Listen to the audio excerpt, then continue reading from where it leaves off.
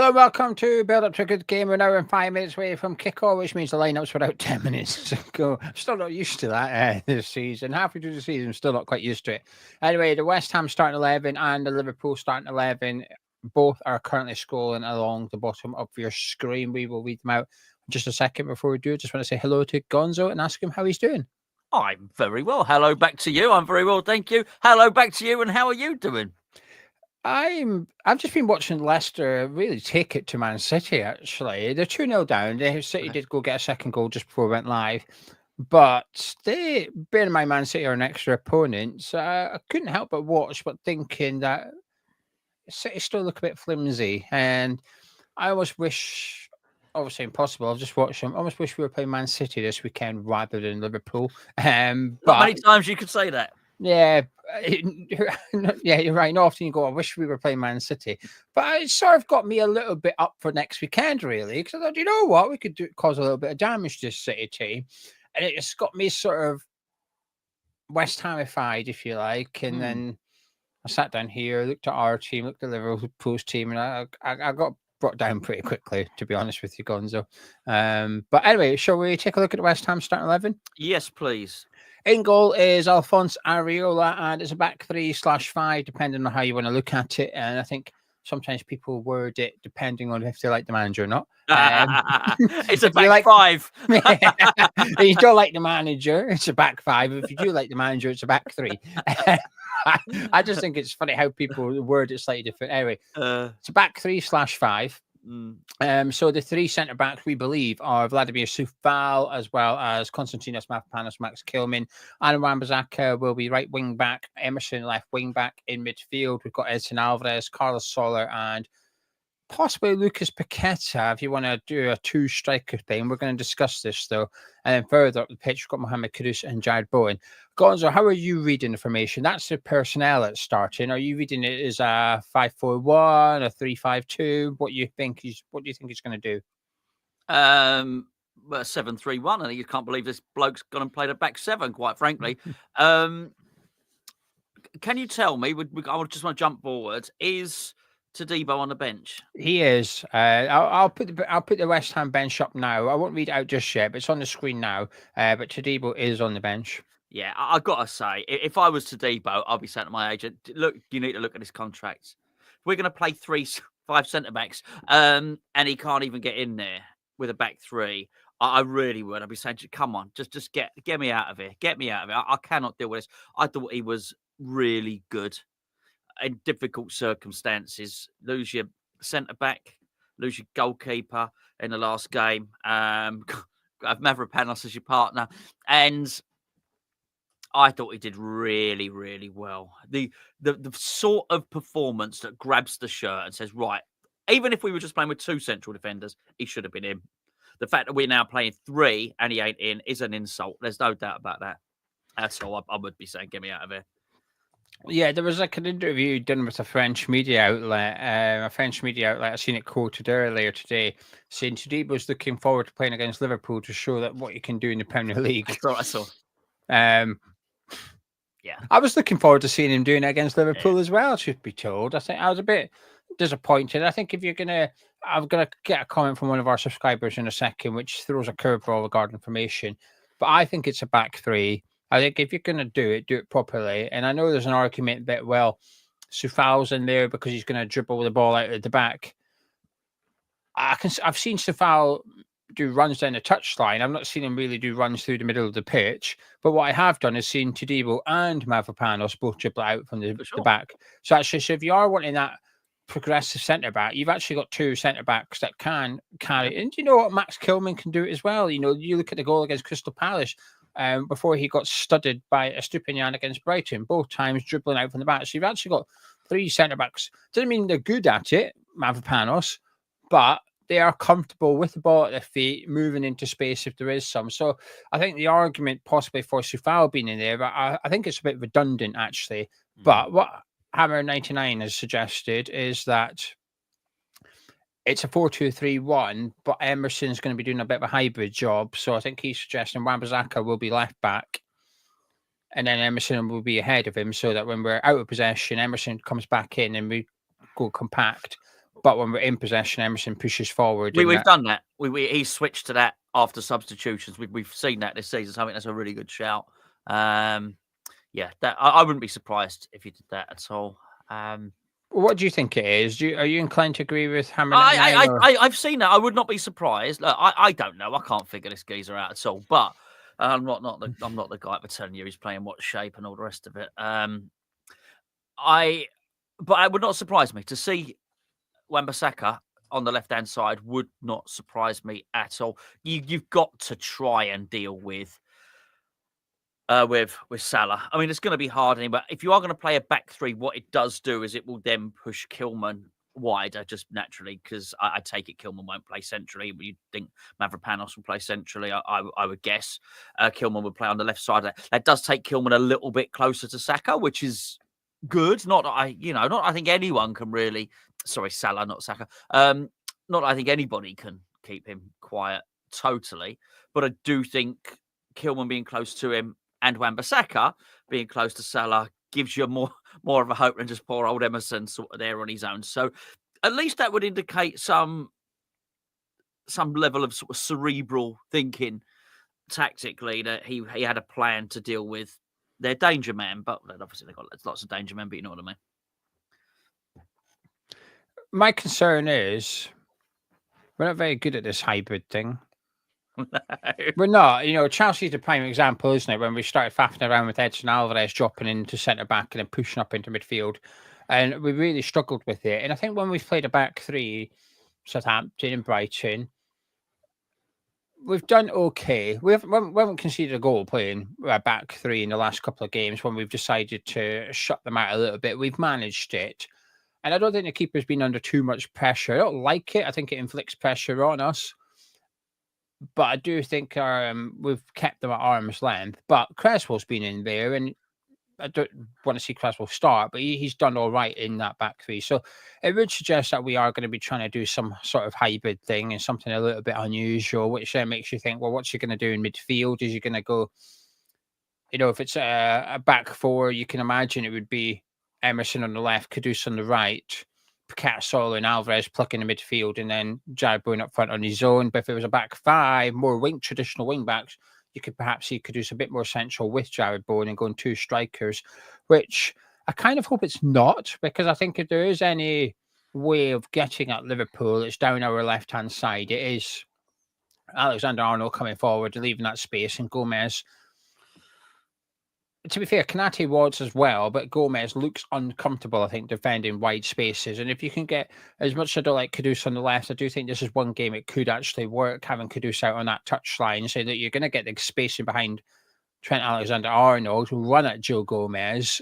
He will pick up a yellow card. I don't think Mavidi was particularly great against Liverpool during the week, but he was picking up a lot of space in that area of the pitch, and Leicester then got their goal from it, going down the left and cutting it into the 18-yarder. So I was kind of looking forward to Kudus coming down there, but I don't think he's playing there, regardless of what you think we're doing with the defence. If you go with Hammer 99, he's out on the right-hand side, and if you go with like a 3-5-2, he's up front. So I don't think Kudus is out on the left, which is a bit frustrating, because I was looking forward to that one. That was the one bright spark I was hoping that might yield a bit of success for us. Strange one. Yeah, it's tough. It's tough. I mean, we're all going to be playing a Voyage of Discovery, really, when the match kicks off. We're all going to be looking at the screen, what's he doing here? Who's playing where, sort of thing. In many respects, it for me, it doesn't matter. Not mentioned rearranging the chairs on the Titanic for about a year, and I've said it 4 times in the last 2 weeks. But I don't mean we're necessarily going down in terms of relegation. I think we got lucky, Gio, very recently. And now the thing is, that argument weakens with every additional game that you win or you don't lose. So you can say, lucky against Wolves, all right then, and then Bournemouth, okay, well, maybe the locks up, and then when you get Brighton, and then obviously, you round it off with a win last weekend, or whenever it bloody was, Boxing Day, against Southampton. Then you can say, well, hold on a second. Can you honestly get lucky for 4 games? And I would understand that argument. It happens again, we do well again. And you have to start saying, well, hold on, maybe this isn't luck. As it stands at the moment, I'm yet to be convinced. I think we got lucky in all those games, and I think we're quite close to having our pants pulled down in that respect. So I in 3 at the back, 5 at the back, Kudus on the right or the left. It doesn't, for me, it does not matter in this one, really, because I just don't have confidence in the head coach that he can come up with something. But I will tell you what, I do remember a certain game against Aston Villa where David Moyes did something crazy with Ryan Fredericks. So this is not good, and I can't remember whatever we would have said in the build-up show, and it worked really, really well. I think it was Grealish, wasn't it? I think Mark Grealish out the goal. I know it's a different animal. I know Liverpool are significantly better. I would happily be proven wrong, and actually, what we've got is just brilliant formation, and Kilman and Wan-Bissaka tie up Salah, and he can't get anything. And even if we got a draw, I'd hold my hands up and say, do you know what? Fair play. But I just don't. I don't believe the words I'm saying. I'm just not playing devil's advocate. Yeah, I know you don't believe it, but considering he failed to outsmart Ruud van Nistelrooy in his first game as Leicester City manager, and he failed to outsmart Ivan Juric in his first game as Southampton manager, both had less than a week with their teams and looked better organised than we did to some extent. It's difficult to believe he's then going to outsmart possibly the best Premier League manager this season so far. Yeah, I think, to steal your phrase, I know you've already said it, but rearranging the deck chairs on Titanic feels applicable to this one. I'm the more as the build-up show's gone on, the more inclined to agree with 99 that it's a back four with Soufal right back and Wan-Bissaka over on the left, just sort of try and double up on Salah and Alexander-Arnold, have Emerson. Because one thing I will say about Kudus is tracking back is piss poor. Like, it's awful. And if you've got a player that looks like he's not putting the effort in, which he has done in the last couple of games, it's risky to have Kudus marking Alexander-Arnold defensively. So I understand if he's gone Wan-Bissaka over there and he's pushed Emerson forward to take Alexander-Arnold and put Kudus up against Robertson on the other flank. I get that. He had to try something. The one bit of credit I will give him is he's trying something rather than just going with the standard 4-3-3. And the result is inevitable. He's rolling the dice a little bit, and I will. For years, I've complained on here under various different managers. We've got like a one tactic suits all. It doesn't matter who we're playing. We're going to play this way, this team, this players, and we're not doing that this season. I don't necessarily like what he's doing, but I will give him some sort of credit and say at least he's trying to adapt his tactics on a match-by-match basis. I don't think they're working, and I don't have confidence in it working, but I'm willing to acknowledge he's trying something. Anyway, shall we take a look at the Liverpool team? Yeah, absolutely. It's on the bottom of your screen. In goal for Liverpool is Alisson, with a back four of Alexander-Arnold, the right back, Gomez, partners, Van Dijk at the back, and Robertson left back. Gravenberch continues in his new defensive midfield role with McAllister and Curtis Jones. Gakpo over on the left-hand side, Salah on the right-hand side, and Luis Diaz through the middle. I thought it might be slightly different. I think Gakpo would played the other day, but obviously one of them, I guess Diaz or Gakpo will play through the middle on this one. I thought Johnson. It'll be Diaz. He was fantastic there against Spurs, and then had his feet up during the week to even come off the bench. Yeah, I was reading a Liverpool website, and they were saying, I think Robertson's going to be rested for this one. I sort of started buying into it. I don't think they were putting out misinformation because it's a website for Liverpool fans. So I think it was a genuine thing. I started getting a little bit excited because he's looked quite good whenever I've seen. Well, actually all season he's got them purring, Arne Slot. He really has. Players that maybe had fizzling out is probably a too strong a term, but we'll stick with fizzling out. Players who may have been fizzling out a little bit under Klopp seem to have been reinvigorated by Slot, and we got a real tough job on our hands. It could be a very, well, I say afternoon, evening. It could be a long late afternoon, early evening. This one, it could be a tough watch actually. The West Ham bench, for your information, is Wes Fodringham as well as Alan Creswell and Ollie Scarles. Todibo is on the bench alongside Andy Irving, and then we've got Somerville, Guilherme, Ings, and Fulkrug, and I don't like it. It feels a little bit unbalanced. It feels a little bit like senior players that are fitter on the bench, and that's that. But got some options on there, I guess, in Somerville, Fulkrug, Todibo, but it's a bit. Let's just no midfield. Yeah, obviously got Irving in there. Where's the midfielder?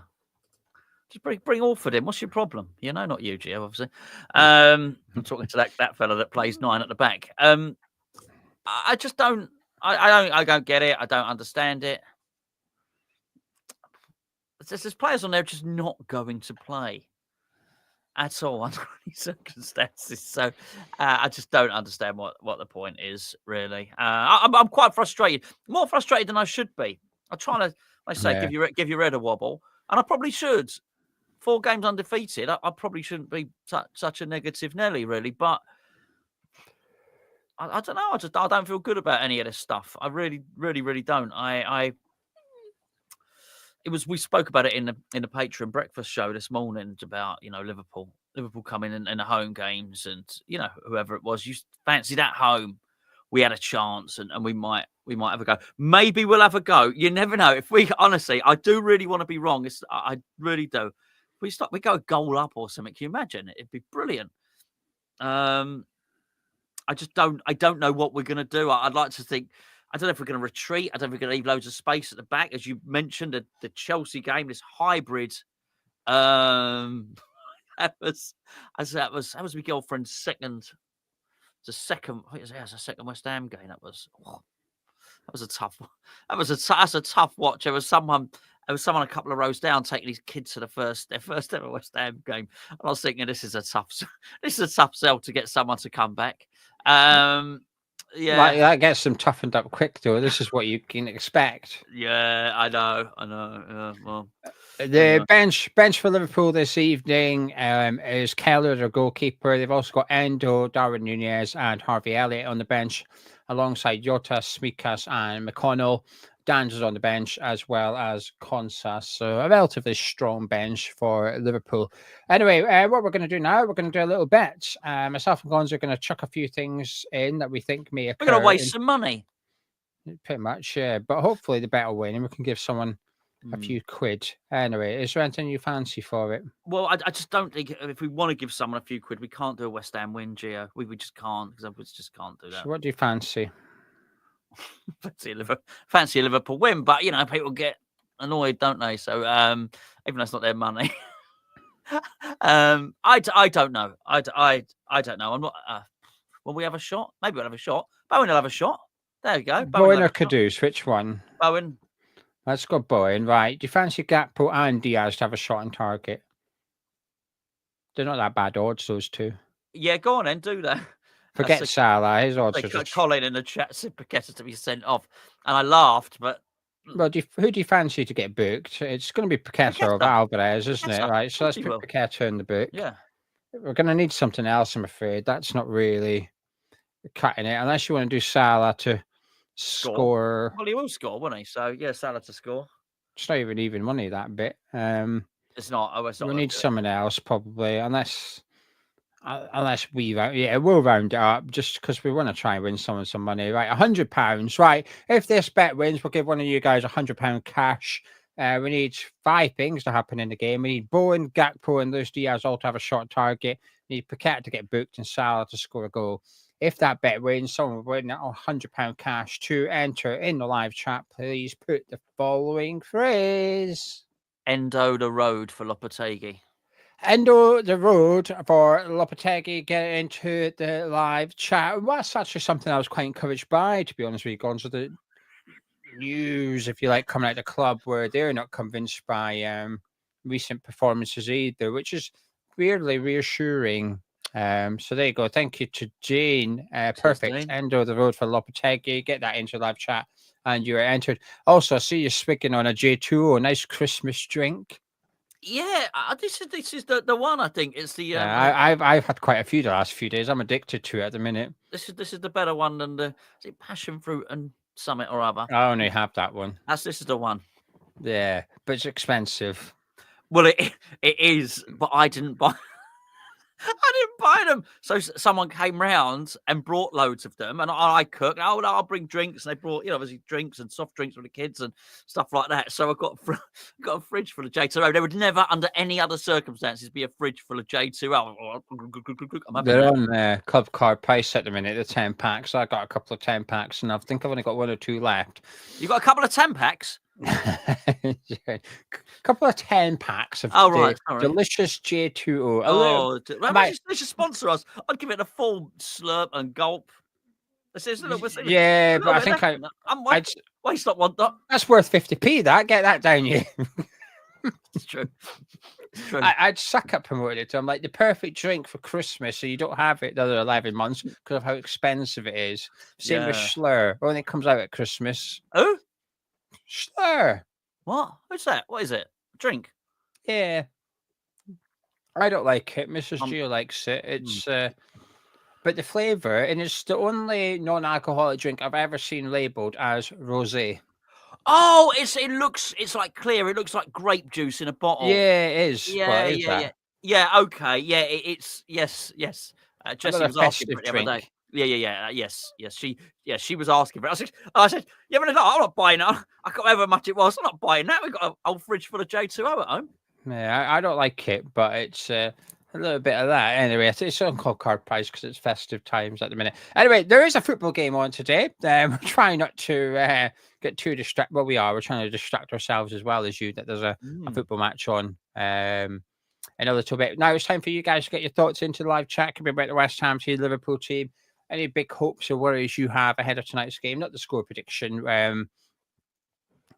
That's just a press and reading. But any thoughts you have, get that into the live chat. Pardon me, and let's see what you're all saying. Daniel reckons Salah is going to get a hat trick. You could see it. That's the worst thing. I can't even sit here. Jacobs is saying, is Kudus finally starting on the right? I think he is, actually. Do you think he's? I haven't got a clue. I don't know what he's thinking. Honestly, I've been influenced by Hammer 99. Yeah. I like it. I like what he's saying. I don't mean I like the. I appreciate. I think it's a good call. Is what I'm saying. Gain says 4 games unbeaten. Lopetegui's up for manager of the month. he possibly will be. He's That's what manager of the month is. It goes by results, doesn't it? Yeah. And results-wise, it's true. It's true. And I feel mean even saying it. I really do sometimes. And but I just don't want him to be West Ham's manager anymore, or coach, or whatever he is. It just doesn't. I find it really hard to get behind him, Gio. I think I'd love us to have someone really strong. I'd love us a charismatic leader. I really would. He stopped annoying me, if that helps. Like, don't help me. I've gone through a period in like October, maybe. I was even getting wound up with his blinking because he blinks funny, doesn't he? During the game, he's quite like. Well, I didn't know, and now it's going to be one of those things I can't unsee. He blinks really hard, quite like a lot of blinks in a short space of time. It's quite.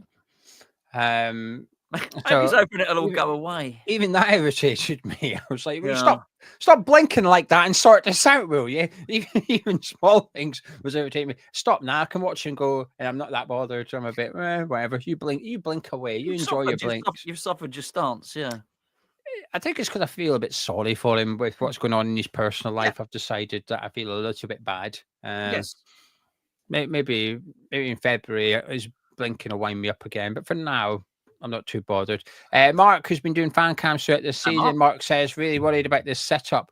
He's round a mate who's a Liverpool fan, and he's always watched a game with him. So expected a press fan cam later. That was a silly mistake. Willingly going to join a Liverpool fan to watch the game. Couldn't think of anything worse. Sadly, steal a J2O out of his fridge, Mark. Yeah, grab it.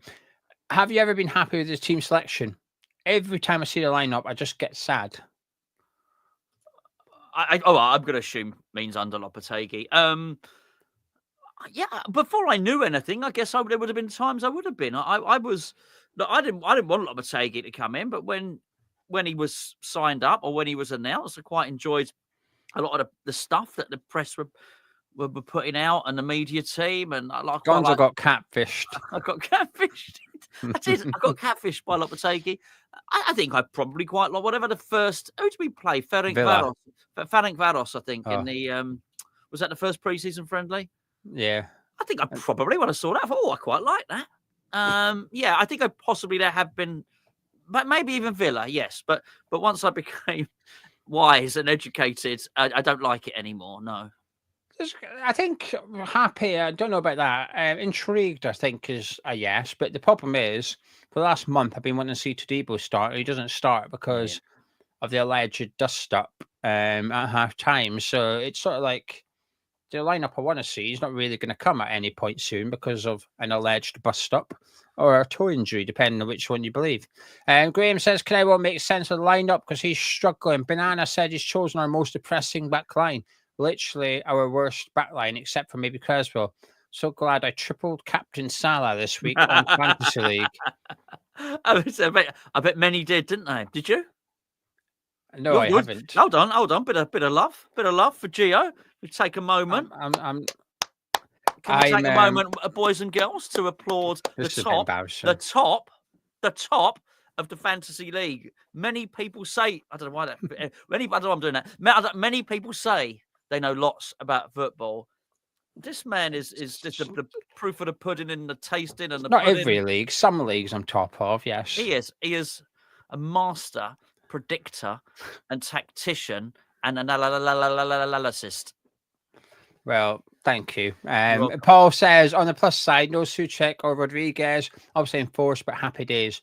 Like watching two birds try and pass their knitting needles. Lewis says, just want to see the kind of team we've been screaming for all season. If we lose, no harm done. Andy says, last time I was this negative before the match was Newcastle, but this time we really will get torn apart. Jay says, with rumours about Lopetegui even the sack because performances are dire, watch us go be brilliant, dominate and win 3-1. Crazy how any game to save a job goes their way. I don't think it needs to win to save his job. I think there's a little bit of playing to the audience going on by the club a little bit with Lopetegui. And I would love us to play Liverpool off the pitch and win 3-1. I'd be absolutely delighted if we win today. Do you know something? We could play crap today and win, and I'd be happy. There's some games where I'm not that bothered about performances. It's just like I have like a cup mentality. And home games and away games against like Liverpool and Man City are those games where I'm like, I don't care how we do it, but if you can get 3 points, fantastic. I'll celebrate it because of who we've just beat. When you play the likes of Southampton, that's when you want to see a bit more than just a win. You want to see a performance too. But for today, I'd like a performance, but if we can get 3 points, even just a draw, I'd be happy with a draw, regardless of how we play. But we somehow won, I'd be buzzing. And if he turns up with a tactical masterpiece, then he will get the credit he deserves for his tactical masterpiece. I want Lopetegui to prove me wrong. Just like if we sign a player that I think isn't going to work out at West Ham, I want them to prove me wrong. I want the best for West Ham, and the best for West Ham is the manager or the player performing well. But you're allowed to want something and predict something completely different. You're allowed to have two different things. You can want a victory, but think we're going to get smashed. It's allowed. It's normal, I think. And that's where I am. What are you smiling at? I'm smiling at the question that's coming. Oh, GP, you have to answer. We have to answer it because he's paid. Thank you for the £2 super chat. It says, have either of us ever dated a Scouser? Yes, and a mank. Funny, not at the same time. Obviously, I'm a gentleman, but yeah, long time ago. Not anymore. Obviously, not anymore. Are you not going to expand? Why would I do that? Why would I do that? It's a long time ago. He asked the question. It was a long time ago. What football team did she support? That one. What, this one? Yeah, Liverpool. Yeah. And the mank one was a Manchester United fan. But I mean, actually, a proper Manchester United fan. Season ticket holder and everything. So yeah. Anyway, there you go. She lived in Essex then. Yeah. She did. She actually lived in a place called Walkden, which is in Salford. Funny enough. So anyway, yeah, long time ago. Got me sort of proper girlfriend now. The answer's no for me. But No offense to anyone else. the answer's no for me. But I have lived in Scotland for 90% of my life, so I think it was a bit more difficult for myself to date A a Scouse. Scouse than Yeah. Gonzo. Yeah. Jay says, thinks Sullivan's holding back sacking Lopetegui because of the situation with his old man. I agree it would have been harsh and wrong to sack him the week he buries his dad. Results since have kept him. Say, arguably, that's why you could sack him via mutual termination and say, look, he needs to go away from football. If anything, it gave a bit of a cover-up story almost to say, let's call it quits. You go with your head held high, and we'll just say it's because of your old man that you've decided to walk away and take time out from football. It was though. It's the yeah. Anyway. I don't know. I think it's someone. I've got sympathy for him as well. By the way, you know, I really. I don't like watching people struggle. I don't. I think it's a tough watch, and I've always said it.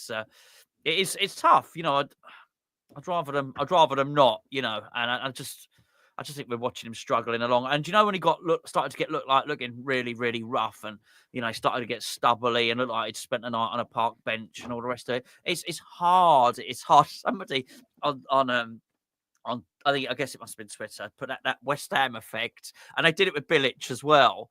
And it was they just take a picture of them at their best and a picture of them at their worst. And it was when Lopetegui first rocked up, and you know there was no grey at all. He clean shaven, you know, really tanned, olive skin, sparkly eyed, healthy.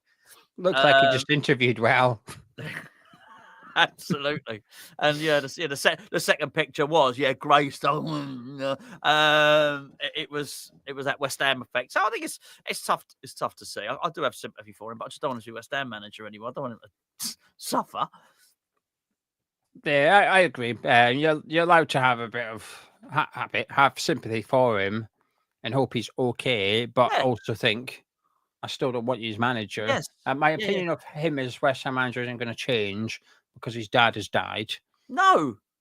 As a family man, you have sympathy for him as a family man. As a West Ham fan, we're still playing crap. Yeah, he can't coach the team properly. So it's different. It's not. I know a lot of people say that. A lot of people are nasty about people say it's not personal. It's not personal. There's nothing personal about this at all. You know, as you say, I think he interviewed very well. I think he does a lovely video. And I'd love to love him to come in and got West Ham playing really, really well, and for the whole players. But the fact of the matter is, everyone's fallen out of him. Well, you know, loads of players have fallen out of him. It's just not worked. Anyway, before we go any further, this video is sponsored by Match Bingo. So if you're dreading the game and you want something to look forward to during the match, then Match Bingo will possibly offer you that little bit of excitement where the result doesn't really matter. You can still win even if West Ham lose. You can download the app via the link in the description below. And when you sign up, you deposit £10. They'll give you £10 credit for free as well, giving you much more bang for your buck. But also there's a promotion on this game and every other Premier League game, but we don't care about those ones. This game in particular, you buy 4 cards, you will get your 5th card free. It's combining bingo, just like you know it, with football. Whereas instead of numbers you need events to happen in the game. And some of the events are simple. You're almost guaranteed, in my opinion, you're guaranteed to mark a few off your card during the game. You will need things like corners and goal kicks and shots on target. And there's a few more difficult ones in there, but they pay out first person to get the first line, first person to get the second line, first person to get the full house, plus there's a bonus pot for everybody else that got full house that weren't first. We've had over 100 different people win that were Hammer Chat subscribers. Out of those different 100 people win, many of them have won multiple times. And I should say it's only £2 per go. You can't stake more than £2. You can't increase your stake. It's a fixed price of £2. It is a gambling app though, so please do gamble responsibility. Although some of their profits do also go to charity as well. Links in the description below, so do use that link so they know you've come from Hammer's Chat. And in January, at some point, we will be doing a watch along for the Conference League final. And there will be cards on Match Bingo for the Conference League final. And obviously, because they know the outcome of the match, there's going to be a guaranteed winner as well. Thank you very much to everybody that does download it. And Brad says, we'll actually answer this one before you go. If we'd got Amarim, Where do you think we could be now? I know it's hard because of transfer window, but we would have been different. But I think we'd be top half at least. I'll tell you this much, Brett. I don't read too much what's going on. There's been so many good managers who have not done well at Manchester United. I think they've had some average managers there as well. There's something very, very wrong with Manchester United. What I would say is West Ham have excellent players. And I think the expectations would have been completely and utterly different. I think he could have been good, bad, or indifferent. I don't know. But I think West Ham have got such good players, given the summer and given time working with, you have to assume he'd have been able to work with Stuyton, seeing as he was Stuyton's pick. Stuyton would have got the players in that Amorim needed to make his system work. And I'm pretty sure would be in the top half somewhere. I'm not going to suggest Amorim came in. You don't know. I don't think he's as brilliant as everyone makes out, but he's certainly not as crap as he looks at the moment. Because I think it's Manchester United are making him look crap. And for that reason, I'll just say this very, very quickly as well. I don't particularly want Graham Potter as West Ham manager, but if it does happen and it is only on a 6-month deal, I think the 6-month deal makes sense. And I do think, I think it's harder to do what's happening now with West Ham with the number of good players that we've got. Everyone's worse than they should be. Even Bowen, who's brilliant, is worse than he should be. And it just takes a manager to come in, and I think even one that's got one or two little flaws can probably get West Ham playing better than we are at the moment. Anyway, Gonzo, you went on the preview with me. Mm-hmm. So what did you give as your score prediction, and are you sticking with it? Yeah, I said 4-0 to Liverpool, and I'm sticking with it. Cheerful. So I said 3-0 Liverpool, and I'm also sticking with that one as well. Anyway, Gonzo, get yourself off. Thank you very much. Right then, it's just me and you guys for the next few minutes, and then the watch-along hosts shall be along. But while we're here, I'm going to tackle this question from Daniel, which says, Lopetegui's tactics are hard to watch, but seeing no real verbal communication between players winds me up the most. How about you both? I think it's hard to tell if there's communication or not between the players. I think it's a difficult thing. That's why I'm quite reluctant to praise or criticize someone as a captain. So let's take Jarrod Bowen. The reason I've been, maybe there's a bit of bias there because I really like Jarrod Bowen and he's like my favourite West Ham player. So maybe I'm a little bit biased in that I refuse to criticise him. I try not to do that. I try and be fair regardless of who I'm praising or criticising and for what reason. But for me, captaincy, you don't see what they do. We see them on the pitch for 90 minutes a week, but being the captain's a lot more than that. It's what about the Monday to Friday? And one of the best things this man did as captain at West Ham was off the pitch. And I don't mean sweeping the changing rooms, but just little stories like when Lingard arrived at West Ham and Noble and Creswell went to pick him up for an away game and he jumped in the car and got his phone out. And immediately they were both like, whoa, what are you doing? You don't get you're not allowed your phone out. Put your phone away. We have a conversation here. And that's just the sort of standard set by the captain, but we as fans never knew about it until Lingard told the story. So I think captaincy, for example, is done away from the public eye a lot. So it's hard for me. I think it's hard to really tell if they're a good captain or not. I think you have to listen to teammates. And I think to answer your question really longly, I'm sorry, but that's the same for me. In terms of do they communicate or not, I don't know. I can only see what they show me. So it's a difficult one for me to work out. But what I will say is when Fabianski was injured against Southampton, there was a lot of talking going on. Emerson was talking to a lot of people. He was talking to Kudus. Lopetegui was talking to a lot of players. So there was a lot of chatting going on. But I do think we've got a few quiet players in the squad. You know, when Kilman left, a lot of Wolves fans were suggesting that he's quite quiet. Whatever Hobbs is at Wolves, the chief exec or whatever, and he did his goodbye post to Kilman. He commented that Kilman's quite quiet, but a different type of leader. So we definitely have a few quiet players. Mark saying, do we overrate our players? Some of them, but I think we underrate some of our players as well. I think generally, as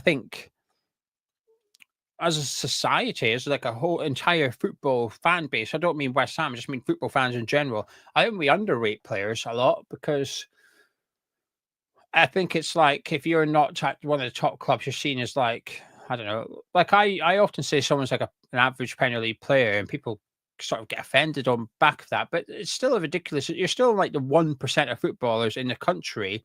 That's an incredible achievement. To make it a professional footballer at League One and League Two level is a huge, huge achievement, and one that I think is underappreciated a little bit. It's almost like seen as in you're not very good if you only play at League One or League Two, where I think it's actually you've been an incredible success. If you can get paid to play football, you've made it big time as far as I'm concerned. Obviously, there's different levels to the game.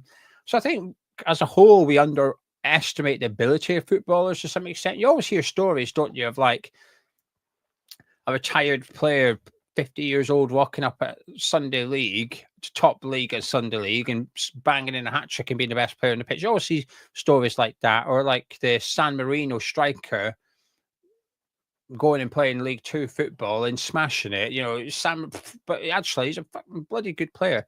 Anyway, in terms of West Ham, do we overrate our players? Some of them, but we're West Ham fans. You're allowed to overrate your players. You're allowed to support them. I think we underrate them as well. It's just a normal, natural thing, and I think it's part of sort of discussions as a football fan. You discuss players and ability and form, and that's a normal thing to do. So I know I overrate some players. I don't mean to. It's just my honest opinion. And I know I probably underrate some players. Again, I don't mean to. It's just the way of it. I think Carlin Grant is somebody I definitely overrated. I thought he'd go on and make it in the Premier League. He didn't. But we'll see. I think Jared Bowen, for example, is underrated by people away from West Ham, for example. Clan says, fun fact, relationship with Lopetegui and team isn't bad, but isn't good. I don't know whether anybody knew this, but Lopetegui dropped Todibo into the 21s. I think we all knew it. Not everybody believes it, though. John says, I think a captain should be a holding midfielder or a defensive player, looking up the pitch, shouting and pushing players on up the pitch. Will says Bowen isn't a captain or a striker. Lewis said he was playing with a kid that went on to make it a Conference League in our team, and he's by far the best player. Was like Messi to watch in Sunday League. His level was on the conference. I remember playing. There was one game I went to play, and the coach took me to one side. And I remember the guy's name. He's not gone on. I've told this story before, but it was a while ago, and not everybody would have heard it. And he took me to the side. He said, "Oh, you're up against David Ross tonight." And I was like, who the hell's... I don't know who David Ross is. Who's that? I don't know him. He said, oh, he's just signed for Aberdeen. I was like, oh, okay. And he absolutely annihilated me. Absolutely tore me to pieces for about 60 minutes. Then he got subbed off. And this was the under-21s game. So on a Monday night, so the first team would play on a Saturday. On the Monday night, the under-21s would play. And then on the Thursday night, the under-19s would play. And I'd play for the under-21s and under-19s. And David Ross was 16 or 17 at the time. Thursday night, and you always had the same fixture. So if the Saturday team A played team B, Monday the same teams would play each other, and Thursday the same teams would play each other. Just easier for fixtures. So on the Thursday, we played the same team again, but it's obviously different players because of the age groups, and it's a different coach. He says, do you know who you're up against tonight? I was like, please don't tell me. He goes, yeah, it's David Ross. After about 20 minutes, I just went through him, took a book, and I thought, well, he's signed for Aberdeen. They're going to have to get him off the pitch because they can't risk him getting injured. And it worked. After 20 minutes, he got subbed off. And I was on a yellow card for 70 minutes, but I got annihilated for an hour, and he never went on to achieve much in football. I think he made like lower league Scottish football. You could Google his name, David Ross, signed for Aberdeen from Inverurie Local Works. So there you go. You can have a look. Anyway, right then, I'm going to disappear. But before we do, I just want to say, click on Scott's comment. It says here, people say Lopetegui doesn't know his best 11. I actually think it's important to change approach depending on who we play. He's feeling a 2-2 draw today. Nick Northey, good evening, gentlemen. Nick, what are you fancying tonight? I feel good. I feel good. I feel confident. I don't know why. I'm trying to stop it. It's silly nonsense. But I can't shake the feeling that we're going to get something. I like it. I like Northey. What are you doing? No chance. Absolutely no chance. I usually come into these feeling a little bit confident, like we could nick something. But I think the what he's gone for today, the 5 at the back, is a damage limitation. Like, you know, it's a free hit. He doesn't mind if we lose as long as we don't get battered. But I think it's going to be a very tough afternoon today. I think it's going to be a really long 90 minutes for any West Ham watchers. Nick, do you like the starting 11? For this game, I mean, it's definitely like a choice. Even if we can all say, "Oh, I wouldn't have done this, and I would have gone more attacking," whatever. It's just a choice. I don't think it's not like previous games when it's been like a Loppy special, and you just think, "What is he thinking?" That player, no. That player, no. For the game, you know, fair enough. You chuck on a couple more defensive players. You go 5-3-2 against the league winners. Fair enough.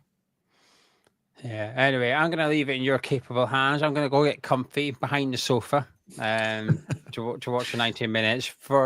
Just so you both know, in case you're unaware, Gonzo predicted 4-0 Liverpool. I predicted 3-0 Liverpool. So at least Nick's feeling a little bit more cheery than us two. But anyway, I'll leave it in your capable hands. Gentlemen, thank you very much. You guys at home don't go anywhere because these two are going to talk you through all the action from the London Stadium, and I'll be back after full time to catch up with you and hopefully celebrate, in Nick's words, nicking something against Liverpool tonight. I'll catch you then.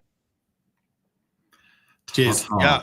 So you think what do you think it's going to be then, Nick? You're slightly hopeful. What are you going for? But, I mean, before that, never mind that. Key question: where is your disgusting Technicolor shirt? Is that underneath your coat that you're wearing indoors? No, it's freezing. I just run out to the bar and it is cold. I was going to wear my the Shrek hoodie that the wife got us that we discussed last week, but I think I couldn't find it, so I'll get it out at some point. You will see that it's as bad as the Christmas shirt, to be honest. Yeah, I mean, if and when we do nick the inevitable 3 points, you are to hurl yourself out of that room and bedeck yourself in, which a lot of people won't have seen in the Southampton game because that was Christmas Day. So we obviously had less viewers than usual. A lot of people won't have seen just how, like, if you didn't see how bad that shirt is and you think, why are they talking about shirt? Just prepare yourself for just seeing that. Yeah, it was a thing. I don't know what you're on about. Of that shirt.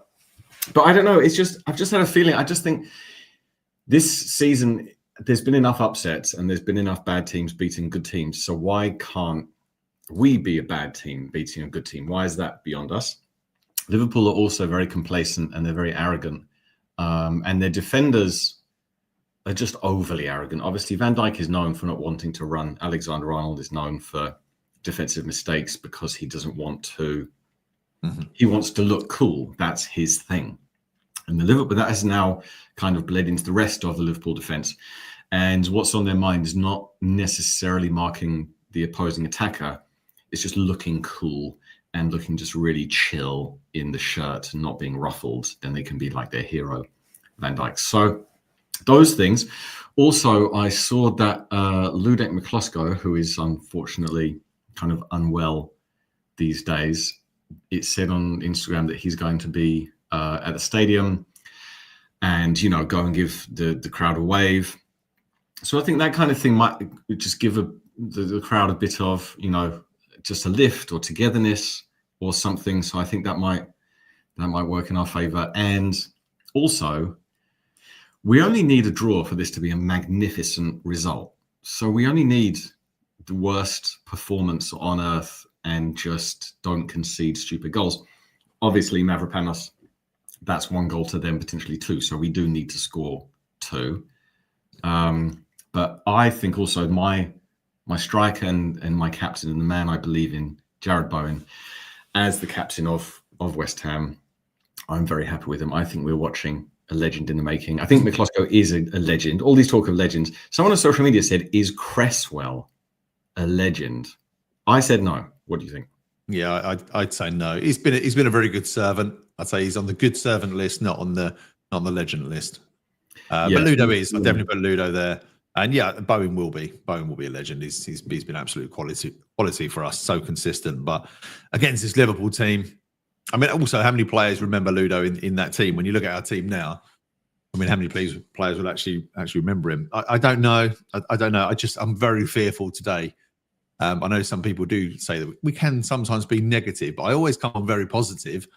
it's just the performance that turns me into negative. But this one, I just can't see us getting anything. And when you look at that team, when you look at like the riches they've got up front, but be that Diaz, Gakpo, Jones, Salah, and McAllister, I think they've all got goals in them. Yeah, potentially. Gakpo's right. I stand by Gakpo being rubbish. I don't care. Even he scored a nice goal. He had 3 or 4 seconds to line up a shot from 20 yards out, and it was a good shot. He's a professional footballer. I'd take him over Nunes all day long. Madness. Nunes is rubbish. Gazwaz is just not having it. Cresswell, not a legend. Gazwaz, what is your criteria for a legend? Is it playing a lot of games for West Ham? Because that's what Cresswell has done. A couple of nice free kicks. Ruined our Europa League chances by getting sent off. Not once, but twice. And not once by doing the same thing, but twice by doing the same thing of just getting handsy with the opposing attacker when the ball's in the air. Twice. Well done, Cresswell. So, yeah, I mean, it's opinion based. If you do think he's a Cresswell, if you do think he's a legend, just why? It's fair enough opinion, but do you have reasons? My reasons are. Will's thrown this one in as well, which may divide opinions. It does divide opinions. Legend, yeah, for me he does tip over to legend because he's also local. Cresswell is. If Cresswell was born in etc., then yeah, maybe he would be. The relationship between him and the fans might be even better than it was. The Somerville thing. I would always play Somerville. I really like him. I think he's also the future of our club. But today is the day when Loppy can kind of get away with it. A lot of sartorial comments. Now we've done the shirt, which was hideously abominable. Double jump players. I mean, it's winter, right? And cost of living, etc. Billionaires working for energy companies. I'm not one of them. I mean, obviously this optimism, like it is weak optimism. It's not strong optimism. Like it's not when people social media say, "Oh, I'll die on this hill." I will not. If someone has a good argument, which there are many why, we will get absolutely spanked with rosy red butter chicarinos. Then I don't. Yeah, like maybe we'll lose 5-1. Maybe.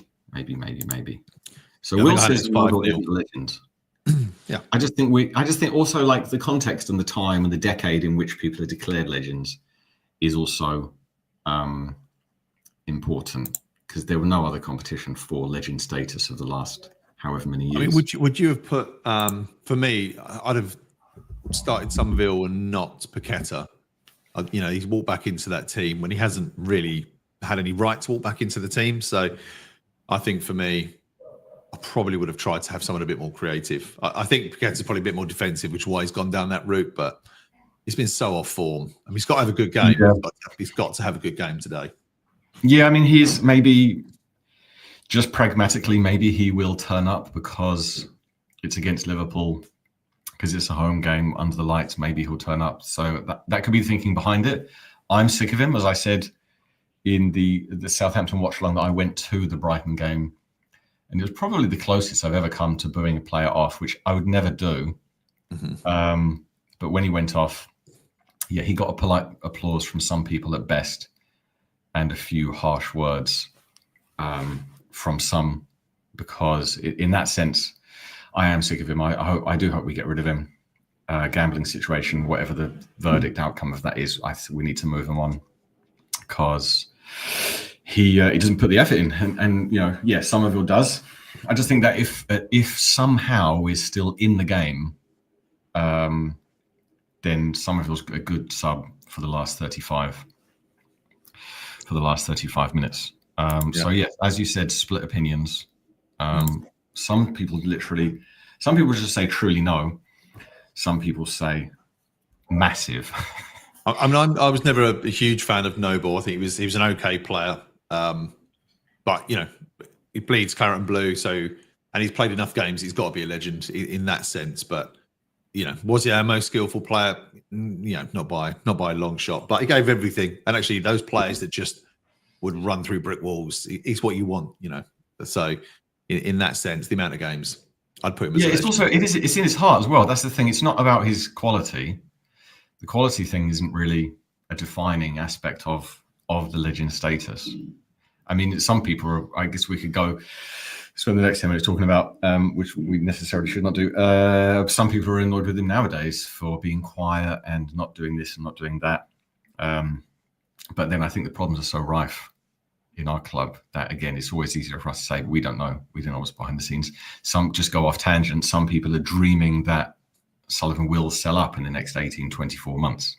If people behind the scenes really think that's what's happening, then it's fair enough for them to just keep quiet until he goes, and then they can put it in their autobiography.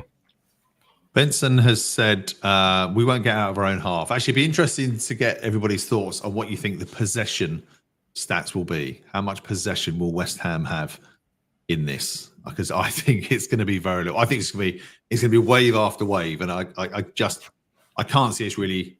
I agree with you, Dean. I can't really see us getting out of our half. I think it's just going to be a torrid afternoon. I believe they could. Like if they had belief. I mean, you've still got Kudus-Bowe and Paqueta on the pitch. If they were on form, yes. But I think the form, they're great players, but the form they're in, none of them, you can't say any of them have really been busting a gut. Yeah, Bowen has nicked goals, Kudus has done okay, but none of them are on form. And I'm just worried about this game, everybody. Yeah, absolutely. I mean, you're absolutely. It's a completely valid thought that we're going to get going, and then 2-3 minutes in, they're going to go play. McAllister pop up in the box, goal, because Mavropanos wasn't watching. McAllister, Paqueta hadn't picked up Gakpo, whoever he was on at that time. So there could be an absolute. The players could just fall asleep. Paqueta's done it enough times defensively this season alone, let alone last season too, where he completely switches off. And doesn't mark anyone. So it could definitely happen. I'm just clutching at straws thinking that Liverpool get their goals from counters, from mobile attacks. They don't usually get their goals from breaking down the low block defence. So, 5:15 kickoff. If we lose, there's Loppy's with us until the end of the season. Yeah, he's not going to go anywhere. We have to just face fact and then hope that there's some... He's had a decent December. You've got to say we've had a decent December. 8 points out of 12 is not bad. So, he's put enough credit in the bank there to give him a bit more chance. This game's a free hit. I know nobody expects anything. Anything out of this will be a massive bonus, but I can't see it. So I think it's just looking ahead. Although we've got some tough. January's not much easier. Flow to flow drainage. New owners are not better. Flow to flow. Do you think we could have a worse owner? Do you think we could have just a more disorganized situation? Do you think we could have an owner that the fans dislike more than the current one? DC spent the last 30 minutes learning to type that. Still doesn't understand how caps lock. Yeah, we'll take that, DC. And I mean, similar massive pessimism incoming. This one. Dags Boss, adverts in a live stream? Really? I mean, we don't put them on, but also, Gio and Gonzo need to fund the time that they spend putting into that channel. So please do just bear with the 3 seconds. It's the impatience of youth. Just bear with it and then go skip ad. It'll only take a second. Are you sure? Oops.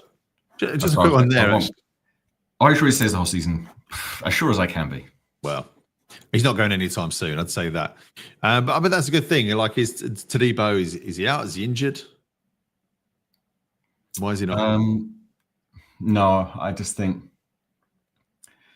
the relationship's been fine. Like whatever happened in the past, which we don't really know for sure. After we beat Southampton, then it's not like I didn't see any tension between them. Lockie went over to Todibo, well done, we won, shake of the hand, back pat, and trying to overanalyze every millisecond of Todibo's reaction. I didn't see any ill will or any problems in between them. I mean, obviously we don't exactly know what they're going to do on the pitch.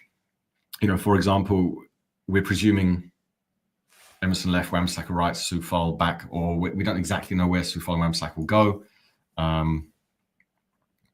I'm not going to put up GP's comment. Look at some of the possession stats I just here. So Costa Hammer thinks we'll have 32%. GP says 10%. Inix is quite positive, saying 30%. Yeah, I think not many people have got us. I think even that's quite high. I think it'll be, we're going to have to counter. That's kind of our game plan. It's got to be our game plan. Yeah, I mean, it counts like it's a good game plan in terms of Liverpool are always open. That's why they're letting goals. You know, they're not at the top of the league because they did 1-0, 2-0 every game. They just scored more than the opposition stating the obvious, but they were wide open. The midfield is not that defensive. And like I said, the defense is quite arrogant and they don't like running. No, everything I see about Bowen in the news, I think he's just a bit of a clickbait. He's definitely with us for the long run. Ludo's out on the pitch at the moment. I would say he is, scores for England a lot. And I will always defend Bowen. In any sense, he's a squeaky voice. I haven't actually heard X talk. I don't subscribe to his Patreon. I'm dubious. I am highly dubious that any action will happen. I think Sullivan thinks he's probably safe. Who would you let go if you could? He says Paqueta, Soler, Fulcro, Rodriguez. Yes. I would be quite happy if they all left the club. I mean, there's nothing wrong with Soler, but that's kind of what's wrong with him. He's just I'd keep Soler. Mediterranean footballer. I'd keep Soler. The others, if we can get a good price for the others, fine. But Soler is one of the only midfielders that will actually take a ball and turn. I mean, you know, Kudus and Bowen do the same. They'll actually turn and run. Soler needs a bit more time. I think it's a bit early for him, but I think he can come good. So, but Paqueta for me, if you get anything for him, what would you pay for Paqueta if he was another club at the moment? One, because he looked crap. Two, he's got this betting hanging over him. Doesn't look like he wants it. At the moment, it doesn't look like he can even hack the Prem. So, yeah, I don't think you get anywhere near the 80 million we would have got from City, which I think we could all agree now would look like mega business if you can get that. But he's nowhere near an 80 million pound player at the moment. So tough. I don't think it's worth selling him. Yeah, I don't know if this is going to give me stimulation overload, but I'm trying to put some sound in one ear because I've just missed not hearing the crowd. Then I have to listen to your dulcet tones in the other, and then watch all of these things with my eyes. It might do my head in. Nick David answers Dag's boss, don't want to have us pay the £9 a month. I mean, calling someone a cheapskate for not subscribing to YouTube Premium. Well, la-di-da. I'm just kidding. Bones Liverpool, no. I mean, they were after him, weren't they? There were talks, but I don't think he'd go now. We've got him on a ridiculously long contract, and I don't think he wants to go. No. He's the only one. I think he's the only one you can't sell. He's the one player at West Ham you cannot sell. Anyone else is up for grabs, I think, at the moment. Don't really want to sell them. But. Ricky B agrees with you. All right, let me do a refresh. Ian says the mad thing is he's possibly up for manager of the month with no losses in 4. Yeah. I mean, you can't look past Forest, can you? Who was watching before this game. Again, we're absolutely, I mean, it's Everton. We're absolutely, you know, my thoughts on Everton. Can't stand them. They can do one. Irrational hatred of Everton. But they were absolutely, you know, again, dominant. And Wood scored again. It's like, who would have thought? It's one of those players that you keep thinking, I'll put Chris Woods in my dream team. You know, it'll never last. He'll never last. And he scores again. So, you know, why can't we just pick up a semi-duff striker? Why can't Ings be that kind of player? Like, nobody expects him to do anything. And he just bangs them in. But, yeah, we're not that lucky, unfortunately.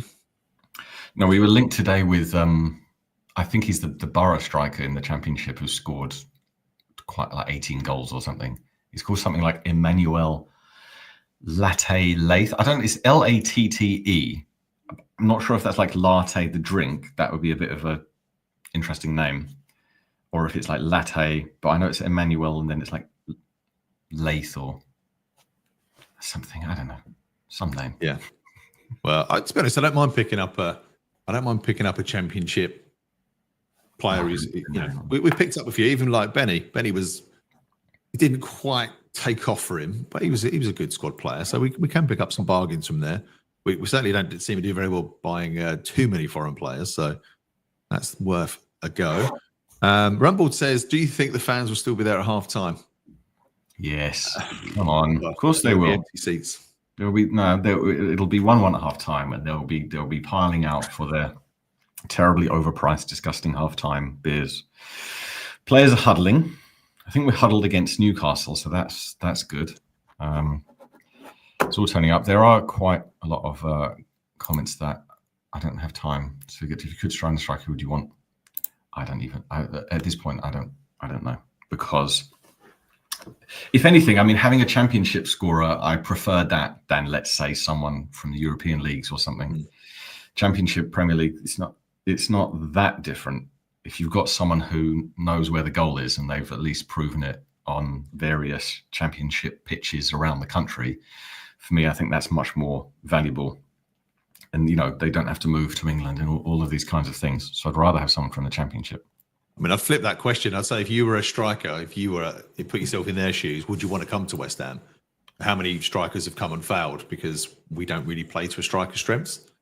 So the inverted wingers doesn't really suit us. So it'd have to be a certain type of striker, and we haven't got it right. So it's harder and harder. The more you fail, the harder it is, unless you have to throw stupid money, which we do. Take that name out. Beam me up, Cotty.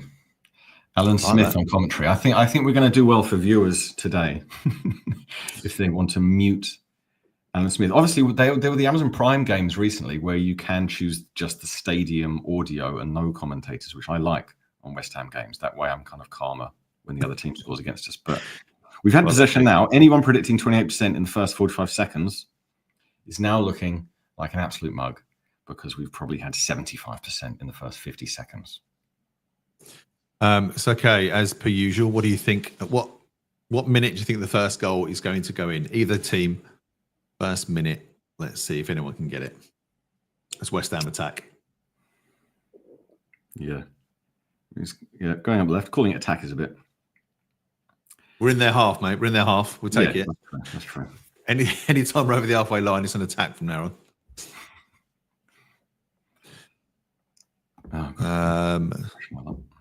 What is Scamacca doing these days? Not much. He's in Spain, isn't he? I think doing nothing. Is he? Or was it Hilaire? Oh, Hilaire's in. Yeah, Spain. I thought Scamacca was at one of the high up Italian teams. It could be Atalanta, it could be Napoli. I really forgot. But then I think he recently hasn't been doing that well. Anyway, we've still got possession, so getting up to a minute and a half. Solid possession stats. Yeah. Steve's hopeful and says a 3rd minute goal and then the avalanche begins. Nice. 2 minutes away from inevitable sadness. Kenneth comes back to that striker question. If we could sign anyone to beat Duran, Iniacho, or if I was thinking realistically, Carl Hoodlin, who was on City's radar once. Where's Kyle Hoodlin playing? Let us know. Yeah, I think that ship sailed, but we can always harp on. Liverpool attacking up the left, plays it back to midfield. Yeah, it looks like, defensive-wise, could just write Soler is kind of in the middle to come up, and then Bowen's a bit left. Wan-Bissaka's left, and Emerson's on the left. So that's obviously to double up on Salah. And then also Wan-Bissaka's sat behind Emerson, which is surprising. I mean, I guess they just think so much is going to go through Salah. It's just better not to have him against Emerson, which Emerson's, not the strongest at getting out to block crosses.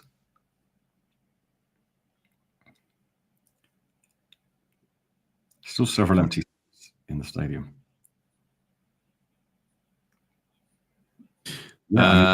Dean's just realised it's Sunday. Yeah, so it's tough, isn't it? This in between. Always losing track. We can't put the time up on this one because of the system being used, but the timer will be up. I mean, it's 3.5 minutes in now. I mean, it kicked off at 5:15 precisely. So, Mavropanos was fouled by Curtis Jones by the looks of it. First foul. First free kick of the game won. It's 1-0 us. Kenneth says Carl Hoodlin is 6'9" and plays for Huddersfield. on loan at Newport. The problem is with having a lamppost as a striker. We don't cross the ball in very often because we're always cutting in. Our wingers just cut in too much. So having that will be wasted. That's the problem. I think if we had proper wingers, having a lump up front and then someone to knock it down to, like a Bowen, would be great. But that's just not the way we play. So yeah, Nice. it's a tough one. It's a tough one. That's right. Russell says, "What's the score?" It's 0-0. Happy it's 0-0. Ross says, "Hello, here we go again." Dean's devastated he didn't make a Sunday roast. I mean, it barely feels like Sunday. Like the days after Christmas, I haven't quite made sense yet. Because as soon as you get like a real day, then after the real day, it's instantly New Year's Eve and New Year's Day. No, I don't think you can watch this game on Prime. I think that's all the Prime games over, isn't it now? Yeah, it's on Sky.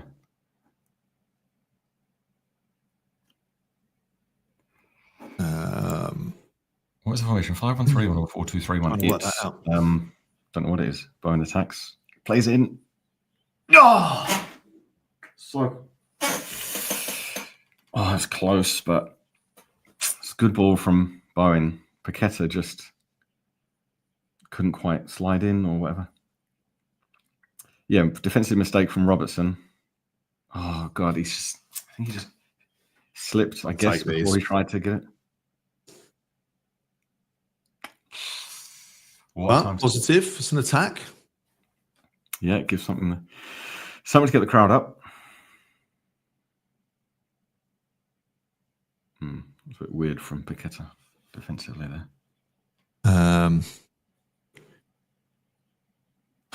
Oh, fuck off. Liverpool Oh, what a save. Should have been 1-0. Superb save. Cannot believe that wasn't 1-0. That is the exact tack.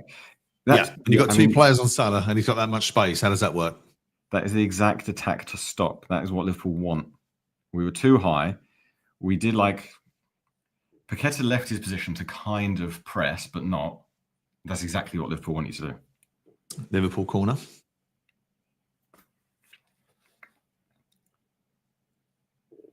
Oh, it's such a stupid way to let them attack. Yeah, I don't know. He had that much space. Good thing I've got a Liverpool season ticket holder at work. Good thing I'm off on Monday. But yeah, corner comes to nothing. So West Ham have it. Great save by Areola. I'm going to play that one again. But that ball was so simple through the whole of the defence. Yeah. I mean, luckily it was because we were just spaced out. There's no point. There's just no point. Whatever we were trying to do at that point, we seem to have the first three quite high. Whether that's Kudus, Bowen, Paqueta, or Kudus, Soler, Bowen, and those three are just quite high up, which is what Liverpool want. Then they just want to pass through you and move. We'll take it though. We'll take it. But we lose it again. Liverpool on the attack. Another ball in. Oh my God. Should have scored there. So cross comes in from the left. Salah chips it in. Nothing. And Gakpo just misses Two big warnings. So it's so open. Because when that ball goes from Wan-Bissaka into the middle, Kilman and Mavropanos are so deep. They're still around the 6-yard line where they thought they might get the pass from the goalkeeper or not. But they're still about 6 yards. So we lose possession somewhere in the middle of our half, and it's just wide open. Yeah, that's the problem. We've got to keep it in midfield, and that's not going to happen. Hammer time. They'll get so many chances today. Yes, they will. I mean, yeah, it's too it's massive. looking that way already. Oh, Soufal just drags back. A stupid foul. So Liverpool get the ball. Ross says, "You can't believe Mavropanos is in the starting lineup. What a donkey." Yeah, I mean, I am not a fan of Mavropanos whatsoever, but he didn't have a bad game, but it was against Southampton. So it's hard to judge that one because they were so poor. Gakpo on the left. That's inside. Straight back out. They're just going through our defence like butter. Soufal puts it out. It's a corner. This is looking torrid already. Jeez. Yeah. Richard, you're right. Preston. I mean, they're an amazing pressing team. The work rate's ridiculous. It's stupid. So they're going to give our midfield no time to attack, turn the ball over, and just come at us. And that's what fear today. Not good. Jeff said this is going to be like shooting practice. Yeah, if we stay this open, comes in. Oh my God. Well, I mean, we just didn't clear that at all. That was a really unconvincing corner, and I think Joe Gomez just bounced off him again. Let's have a look at this now. Comes in. Joe Gomez. Comes off Kilman's arm. So not a pen, but Kilman just not convincing at corners at all. Stephen, did we expect anything else? No, we didn't, mate. No, not one person thought we'd be any different. Yeah, I mean, we've had 2 big warnings. They just need to get their act together and be tighter. It's just like this, just spread so far out. We're doing it again. Areola starts and then passes to, a defender. That just means that the distance of our players is what Liverpool want to just go through. So the only position we're going to have that really is as we're playing it around the back. What we're doing at the moment, that's hoofed forward straight to Alisson. So Liverpool can build from the back. But we are not. We don't press in the final third. So we're just letting them pick passes. They've just picked it forward. I think Soufal's going to clear. Kenneth says Andrew Potter. Don't know. Honestly, Potter is unknown, so I probably would say him just because he's unknown. Postecoglou probably won't come to us anyway. He'll be there for quite some while. Fred is just having enough of it. Yeah, at the moment we are playing to their strengths, as Hammer Time says, win not if. We're just spread out it was spread out almost across an entire half length for most of the time. Yeah, unfortunately, I don't think we're going to be mentioning many West Ham players throughout this watch along in terms of them passing to each other. It's going to be the counter attack as a ball is launched out to a brilliant ball out to Salah against Wan-Bissaka. Cross comes in. Areola just gets a paw to it. Chip back in by McAllister. Salah. I mean, for someone who's being double marked, he's getting a lot of the ball, but that's a poor cross. Go straight to Areola. But he's not being marked. Wan-Bissaka's not good at man marking. You've got to stick Emerson on him. He hasn't got the pace, but he's got a chance there.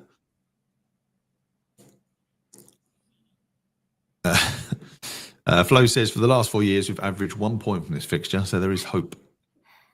Yeah, it's just when they've got the ball in defence, our midfielder, either Paqueta or Soler, whoever's closest, has obviously been told that when they pass from their central defence into their central midfielder, they must have been told to go and close that person down at that point to try and stop the attack. But that's what's also not working because they're fine with that happening. Then they'll just quickly put it back to the defence who will either spread it wide or put it back over the top.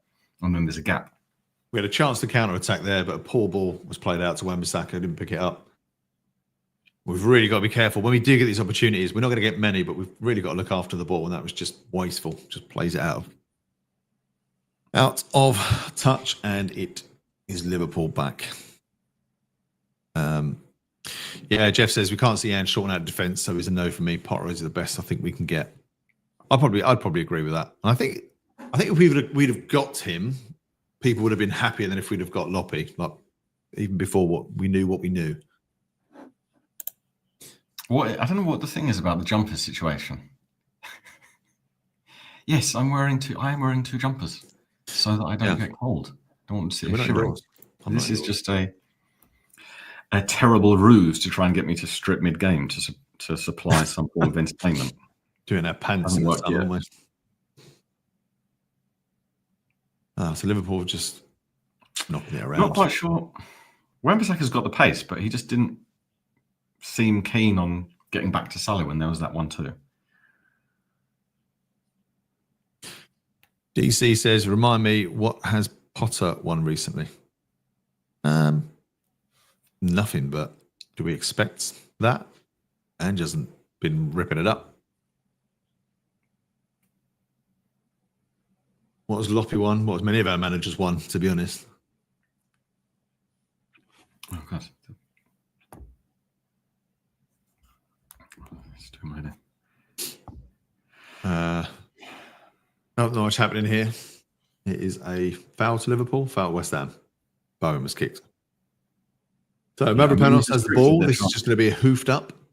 In the last 1 minute. Hoofed up. Straight to Liverpool's defence. Well done, Mavropanos. And then just played down. Salah gets the ball again. No one marking him. What time? What's your timer that you're watching? 15. Oh, great save. Mariola again. Mariola saved us. Shot coming from Curtis Jones.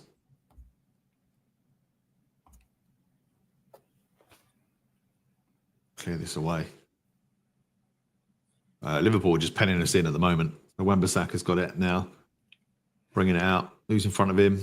Nobody. Keeps going. Done well to keep the ball. Still got it. But has to play it back. That was nice. That will do.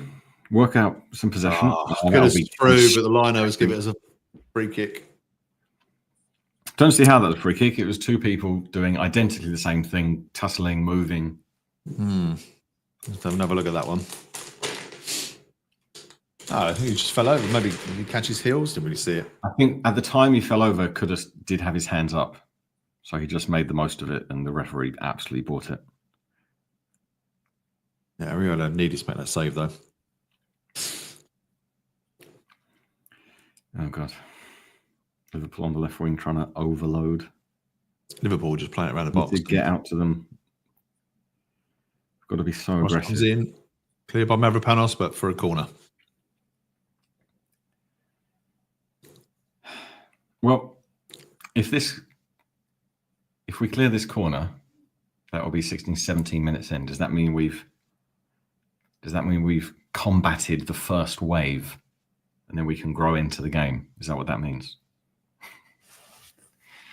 I don't know. Maybe we'll tire them out with the amount of shots they'll have. That's the tactic. Exactly. I'm so used to watching us not play football to remind it can be done. Yeah, what we're watching now is not that our players are so much worse. We're watching an exercise in a gap in mentality and belief. Cross from McAllister. Cleared. Decent header by, I think, Kilman. Oh, no, Mavropanos, I think. As they attack. Just going to get a shot off, but off target. There we go. We've that's 17 minutes. We've combated the first wave. We're coming up to halfway through the first half. We've got the rub of the green. So, yeah, 0-0. Getting to 18 minutes. Yeah. I want to try and see all the stats. Let's see the stats for this game. 37% possession we've got at the moment. Nice from Kudus. Nice play. Keep possession. And Alvarez absolutely buggers it up royally, letting Diaz attack. That was terrible. Soler chasing shadows there. Yeah, it's just so annoying when players do that. He was close to him, and all that Curtis Jones did was a bit of a jink. He didn't really do that much. And Soler's like, he got away from me. I'll back off. It's just lazy. Pure laziness. Well, we're on a selection of times. Right now, it's 18:15. Yep. And YouTube's about 10 seconds delayed. So work that into your calculations. Yeah, when they encroach into our half, we either need to actually properly press the person or not. Oh, ball over the top. Mavropanos done well there. Let's clear that. Yeah, we had enough. Owen's touch was awful. Kudus loses the ball. Liverpool throw. What? McAllister. Lovely ball there by McAllister, but Kilman actually clears it. I don't know how that wasn't our throw. Is that a foul? Wow, it's decent from Paqueta.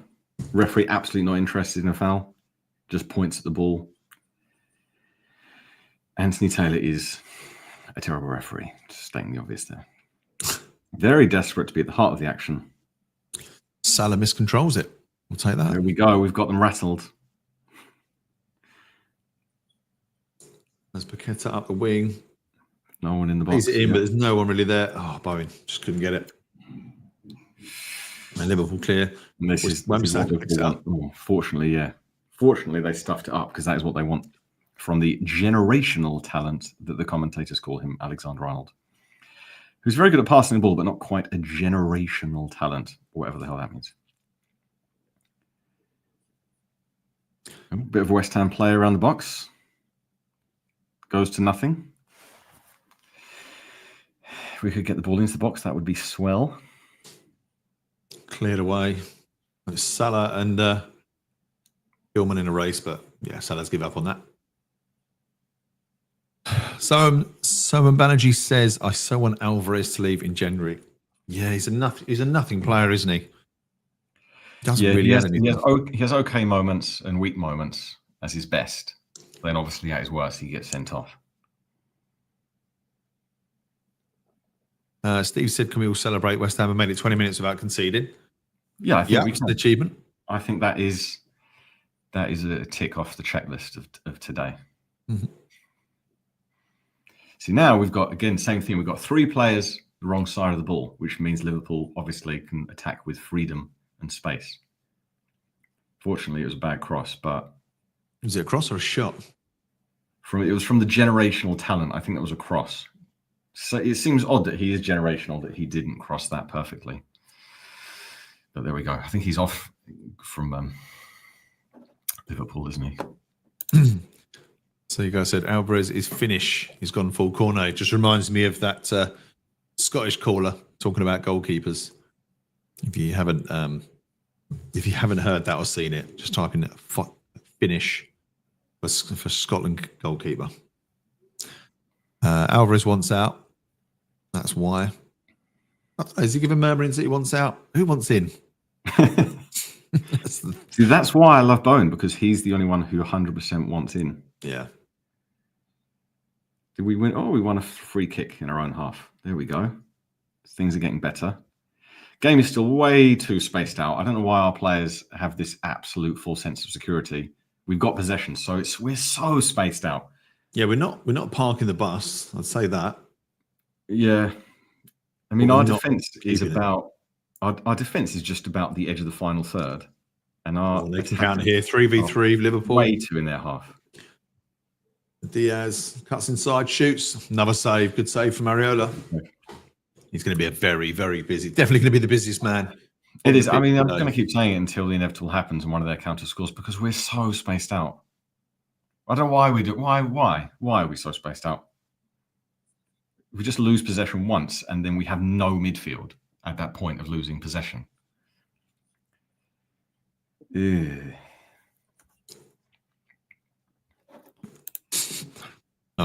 So I was going to say, surreal frame. I'm sick to death of defensive midfielders.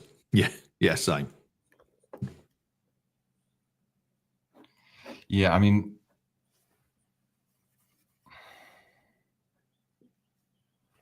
corner coming in. 4 corners to nil. Oh, heads on. Yes, heads it just over. Signal Mike Solar. I mean, obviously, I think Bowen should be on a good deal. He again scores goals for the England national team, but I think he's bought in. I think Bowen is emotionally invested in West Ham. Julian, how much bonus is Aaron Dave keeping clean sheet? Hopefully a lot. Mike's travels able to be hammer of the year so far. Seems so. I like Areola. Yeah, his distribution from his feet is a bit crap, but a great shot stopper. 3-2 West Ham, says the Brown Bros. Talking of mad optimism. Yeah, Kudus, funny one, isn't it? I mean, he's been doing better in this game, but he still could have made better decisions than he has made in this game. Lovely bit of play from West Ham. Yeah, it was nice 4 passes, but at least we tried passing it around. Bit devil may care. Wan-Bissaka was weak there. Yep, now they've got it, and we are yet again, guess what, spaced out. Good tackling by Emerson. This is a funny one. This is just. It is a bit string passes, but it's very tough and against Liverpool.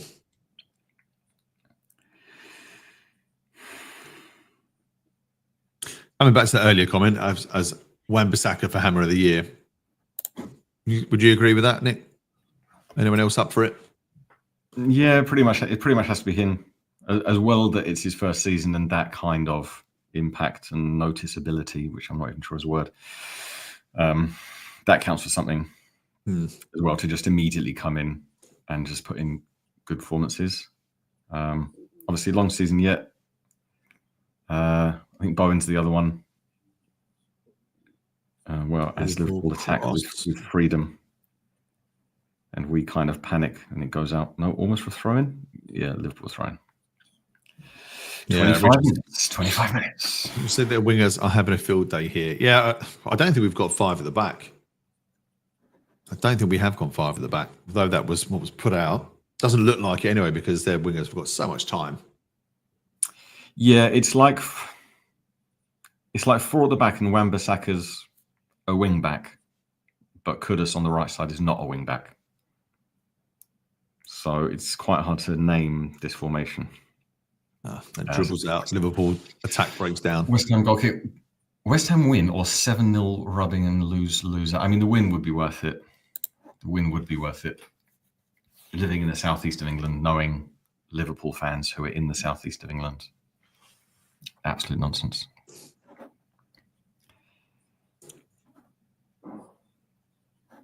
Has Michael references Alan Smith? Has he mentioned Arsenal yet? I wouldn't be surprised. So attempts, 6 attempts from Liverpool, 3 on target, none from West Ham. Apparently it's 4-4-2, some are calling it. I guess. I mean, you could call it. It's just... I haven't seen the 2. Yeah. So like now, Wan-Bissaka's left back. So that's the thing. Kudus is just getting marked out the game as well. 3 players on him at all times. Yeah. That's a lovely play there, though. How he keeps that ball is ridiculous. And then plays it out. He sort of, there's about 3 or 4 players on him, and he just jinks past them, gets out, and plays it to Wan-Bissaka. Brilliant ball. I'm pretty sure he's auditioning. Then Wan-Bissaka.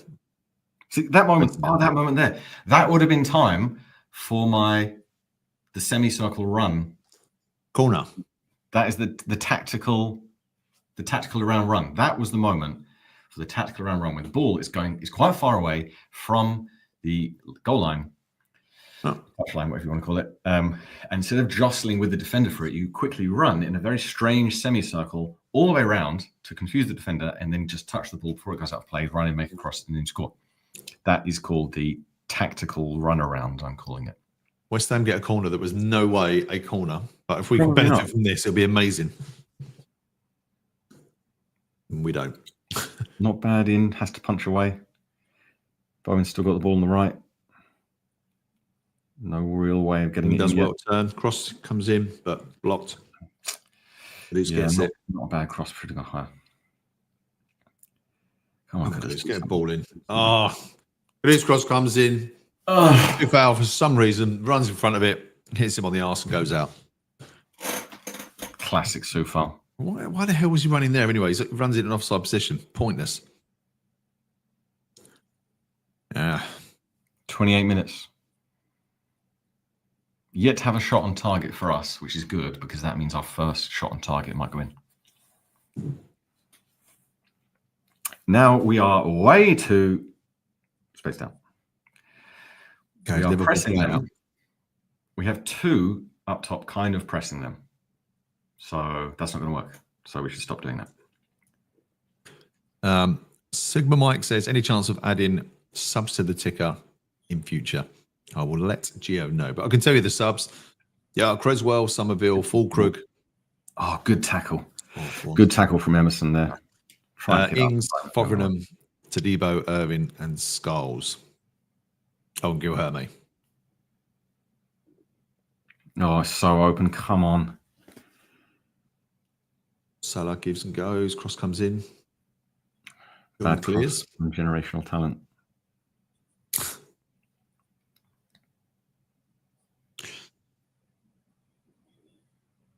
Yeah, at least we've got 9 men behind the ball now. Oh, that was so stupid from Kudus. Come on, that was obvious. 1-0. 1-0 Liverpool. For fuck's sake, stupid. That was just lazy from Kudus. Lazy. There's no way he thought that was on, that little movement forward he made when Jones was going to get the ball and he was wide open. And if someone didn't mark Jones at that point, that was going to happen. And that's it now. Now we've got to push forward. That's just going to leave spaces. Oh, no, it was 7. It was Diaz. Yes. Yeah, So, bounce yeah, off the foul. That was lazy. Totally lazy from Kudus. He can see him, and then he's got the ball and he stops. Absolutely stops. I think it was actually Mavropanos. It come off Mavropanos' toes, hits Soufal, and then bounced back into the path. I mean, very lucky, but you make your own luck when you attack that much and you press that high. You know, it's the work rate. They have such incredible work rate, we are lazy gits all over the park, unfortunately. Yeah, I mean, that was the sleepiness that I was fearing before the game. Kudus knows he's in a game of football. He didn't just suddenly beam there. You can see Diaz right in front of him, totally unmarked. And he makes the choice not to go towards him. Even when he gets the ball, he just could have stopped still. Absolutely unacceptable. Yeah, Einix weren't far off there. 35 minutes. Well done. That's what matters. Someone's happy. There's a winner here today. That's what matters. Well, West Ham throw in the opposing half. That's something.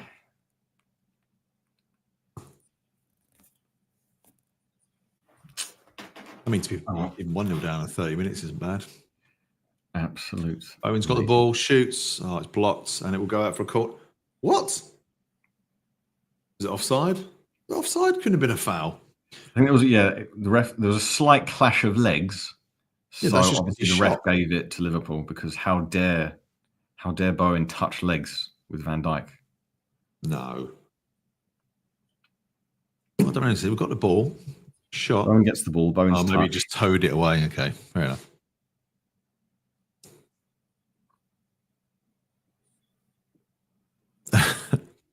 Easy said, I hope that's a career ender for Van Dijk. Kansas Storm, I think Lope's finished. I don't think Lope started, so it's a tough one. He hasn't really kicked on at any point, so you have to start to finish. Yeah, I can only imagine what the commentators are going on about. Now, Kudus is trying to keep possession and do something in his own half rather than instantly release it. Well, to be fair, he has looked like one of the brighter players for us today. No, don't forgive him for letting in that goal. That's his fault, that goal. I don't know. Miraculously, the ref does not give the foul to Liverpool, so Paqueta breaks forward. Hardly any options. Oh, what? That was one of the worst through balls you'll ever see from Paqueta. Useless. Absolutely useless he is. How is he Brazil's number 10? No way. That was absolutely terrible. Well, keep it 1-0 till half-time, I think, is the ambition at this point. Wan-Bissaka, another wasteful ball up. He just can't play simple balls. No pressure on him. It was no pressure on him. You just had to play a ball, plays it straight to a Liverpool player. Signposted it. Liverpool shoot and saved. This is going to lull them into full sense of security. Ross says, if we get trashed tonight, does Loppe go? No. I know that X, as he's called, apparently said something about it. I find it impossible to believe. I find it absolutely impossible to believe. I think if we'd lost against Southampton, that's a different thing. This is kind of a free hit. West Ham clear it. Can we just keep possession? Yeah. We're professional footballers. Oh, another very simple pass. Just pass from Alvarez. Yeah. Done well there, though.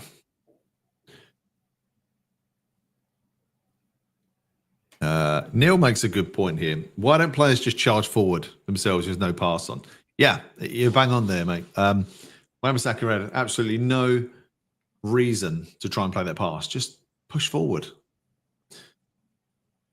Well, that's what Kilman did. He's now on the left wing. That was decent play. That got us up the pitch. I mean, I don't have any hope that we'll do anything with it now, but it got us up the pitch. Let's play it. Play across. Oh, it was a header. It's a shot on target. Not bad. It was. It's Soler. So cross from Kudus comes in from the right. Soler, weak header, but I think it was going on target. He actually outmuscled Van Dijk there, Soler. Oh, no, it was Paqueta. Yeah, it was Paqueta head to head, and then Soler clashed with Robertson. Never going to be a pen, that. No. Ball was miles away. I don't know why. The ref is now holding the ball. I don't know why. Is there a VAR check? There's going to be a VAR check. No. That can't be a penalty. No, I think if it was the other way around, they'd give it. No. Because Robertson just molested Soler to the ground. So in the modern game, I also like this, whether that's with or without context. I didn't see what came about this, but just Michael's attack their goal is something that we should definitely do. Yeah, Mancunian Hammer gets a detriment to the team. Totally agree. Absolutely sick of him. Doesn't add anything. Absolutely nothing. Alan Smith on co-coms. Alan Smith. Joe Gomez's hamstring has gone, so I can't see him playing on. Pulled up, held the back of his legs. I think he'll be off. There you go. It's a bit of luck we need. Yeah, Aaron Little, close brothers with Stuart. Kudus always getting the ball with his back to goal, forced to run backwards. And yeah, cowardly from our embarrassment of the manager. Yeah, I would love Paqueta to go. You're going to play like this. I don't care what's happening elsewhere. You're on a football pitch and you can't put the effort in. Quansah is coming on for Gomez. Now, a lot of Liverpool fans rate him, but whenever I've seen him, he hasn't looked very assured. He looks like he's got mistakes in him. He's their version of Mavropanos. But we've just got to get the ball up there near him. Yeah, Paqueta's got freak off his leash gaming. Paqueta's got 3 goals, no assists, and 23 all-over penalties. I know 2 of them are. It was Villa penalty, Bournemouth penalty. What was the other one? DC agrees. It's not coming to me. Yeah. Yeah, I would start Sunderland every game. Fantastic player. Yeah, he's lively. He's lively. He's exciting. He's just a bit young and a bit inexperienced, and to get over those 2 things, he needs game time. Yeah, instead of Pac-Man. Okay, so we were only 1-0 down. They've had to make a forced substitution. That's good. They're good things. Something to believe in. Something for a rousing Captain Bowen team talk. I've also got a new Jared Bowen song that no one's ever heard. So if he scores, I think you can keep that one under wraps until next week, mate. It's based on the classic "If I Ever Had to." Kudos, hits the post. Oh, great shot! Inside of the post. Inside of the post, distance. 30 yards out. That's a great shot. My God, 2 inches away from a goal. I mean, I thought, what's he doing there? Shooting. Why does he not play that in? But just turning away. There we go. Time and space. Liverpool will give us space because they are complacent and arrogant, and they think they're all generational talents. Hopefully, that gives him a desperate urge to get one over the line. Up the Villa says, remember when West Ham got rid of Moyes to get Europe? Got rid of Moyes to get Europe. Now they're left trying to stay in the League Cup final. Villa are 9th at the moment, aren't they? Pipe down, son. Pipe down. Epic fail. Yeah. Remember when you had a manager and then you changed managers? Epic fail. Okay. Smashing it up at the moment. Epic fail, says Villa fan on West Ham Liverpool game on YouTube. Gary's useless. On a Sunday evening. Yeah, no, this is it. GP's guessed it. These were the lyrics. That's it. I'll sing that. Yeah, Joe Gomez is always injured. Mark says, we don't mind seeing Joe Gomez. Sammy's always injured. Oh dear, a lot of space for Liverpool. Counter attack. Oh, give me 2-0. 2-0. Fuck off. I think just not letting them counter attack would be smart and intelligent. I think as well, they're not great goals. They're bobbly. The ball's bobbling around and they're just quicker to them. Gakpo is a shit footballer. I stand by that assessment. So it wasn't a counter. I thought it was a counter. It wasn't. Oh, is he offside? He's offside. He's offside. This won't stand, I don't think. Haha. Oh, he didn't touch it. He ran towards it. That's controversial and extreme. Or was he offside the second? He ran towards it. Here he goes running towards it and then away from it. No, they won't get controversial. It's Liverpool. Mavropanos was so weak there. Defending from Mavropanos. Mavropanos is awful. Terrible. Below League 2, below Sunday League, Mavropanos useless. For his legs. Totally useless. I mean, he is such a shit player. Mavropanos is beyond belief bad. Oh well. Seconds after that shit show. But yeah, that's definitely a goal. I thought it was offside. Could have been. Big Red. Back four is shit. Yes, they are. Our defence is very bad. Soufal is a non-footballer. I totally agree with your one, Dean. I won't put it up, but absolutely, I think that's kind of what was going around in my head. Pathetic defending. Terrible. I would have actually been fine with 1-0 at half time.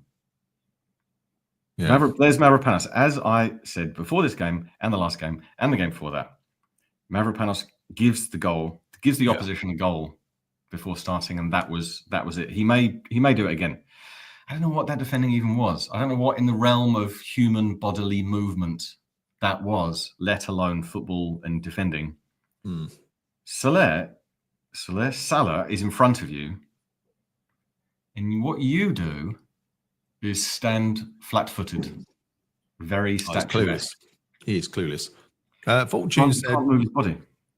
I could cry for the fans that have paid money to suffer this garbage. Now, I think half the fans that have gone there today are probably there to watch Liverpool, probably to watch a team play football. They can't be there to enjoy this absolute trash that we've been watching for half a season.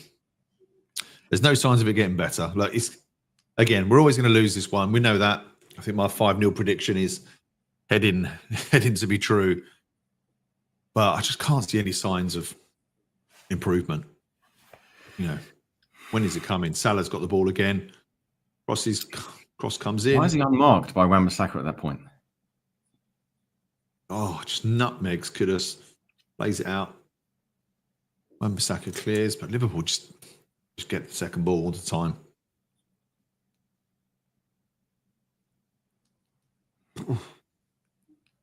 Christ, unconvincing. They've got it back. Diaz with the ball. Salah. Cross comes in. Mavropanos with what I can only say is controversial defending. Soufal will be able to clear this. Oh, it's offside. I think it went out of play. Oh. Just giving them a goal. That's the thing. If they're better and they do something amazing, if you're just absolutely abysmal. Gakpo. A lot of people saying I didn't want Gakpo. Who said Gakpo was crap? I don't know who that was. Stand by that. Absolutely stand by it. He's not. Oh, God, they've got too much time. 3-0. Oh, fuck off. Oh. That was 3-0. Yeah, too easy. It's just nonsense. Why do our players not realise? Why they're just standing up? They're basically given up at 2-0, let alone 1-0. They just gave up. Then you have to see his stupid face smiling. Baz has said it's not the defence, it's the midfield. I mean, they're both as bad as each other. We can't get hold of the ball. We can't keep it. Who's that who lost that? Was it Soler. Alvarez or Soler? Yeah, Soler. Loses possession, wide open. And that's just too easy. Like Kilman. No one on Salah. Salah's world class, don't get me wrong, but Jesus, you've got to get really tight to him. So much Kilman, time. He's just so weak. He's just got all the time in the world to stop the ball, have a look, line up a shot. Oh, mind you, Areola should have done better there as well. He should have got something on there. But the only thing for that is that he didn't know for sure which way Salah was going to go, and Salah there had both options. He could have gone to the other bottom corner because he had so much time. Just terrible. I mean, we can only hope that now the choice is actually beyond us. Would you rather A or B? And now we are losing this game heavily. Is there any shred of hope that? No. I think apart from that, why would ex-WHU employee allegedly say something about Potter being lined up relevant to this game? Apart from lined up a while ago, his patron or something, which that's not said critically, but like what motivation? Why would that come out? He was lined up ages ago, wasn't he? Like they've already agreed this 6-month thing, but I'm telling you, Todd, is J-Lo's last game. But why, Costa? Apart from ex-WHU employee saying something about it, I didn't hear him word for word anyway. Did anyone hear him word for word? Can anyone quote word for word, verbatim, what was said? What were the words he said? Was it like things are being lined up if this something? Everyone just speculates, though, don't they? And Frank, I totally agree with you. Yeah.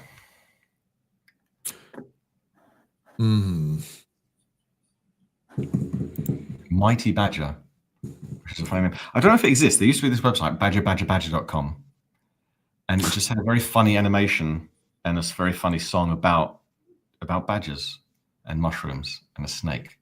Quite tempting. A few websites about beavers, but not badgers. Badger.com. I don't know if it will like lift my mood in. Oh, Salah's through again here. Great. He's Good. up against Alvarez. Going to cut inside. Oh, he's round him. Pokes it. Oh, Areola saves. Good save. I mean, it could have been 6-0. Areola's actually made 3 very good saves. But we played a super high line there. We're 3-0 down. We're never going to win this. Why is our defence on the halfway line when you've got Salah running behind? I don't understand what they're doing. It's just, this is going to be stupidly embarrassing. Yeah, I mean, Costhammer, you've answered the question as like a reason. Kenneth Entries, I heard Sullivan wants Potter, but where did you hear this? Apparently it's all... Where? I don't only mean... Obviously, there's, it has been said, and I think Gonzo did a post on Claret and Hugh, maybe. Oh, but like I say, what are the actual words behind it?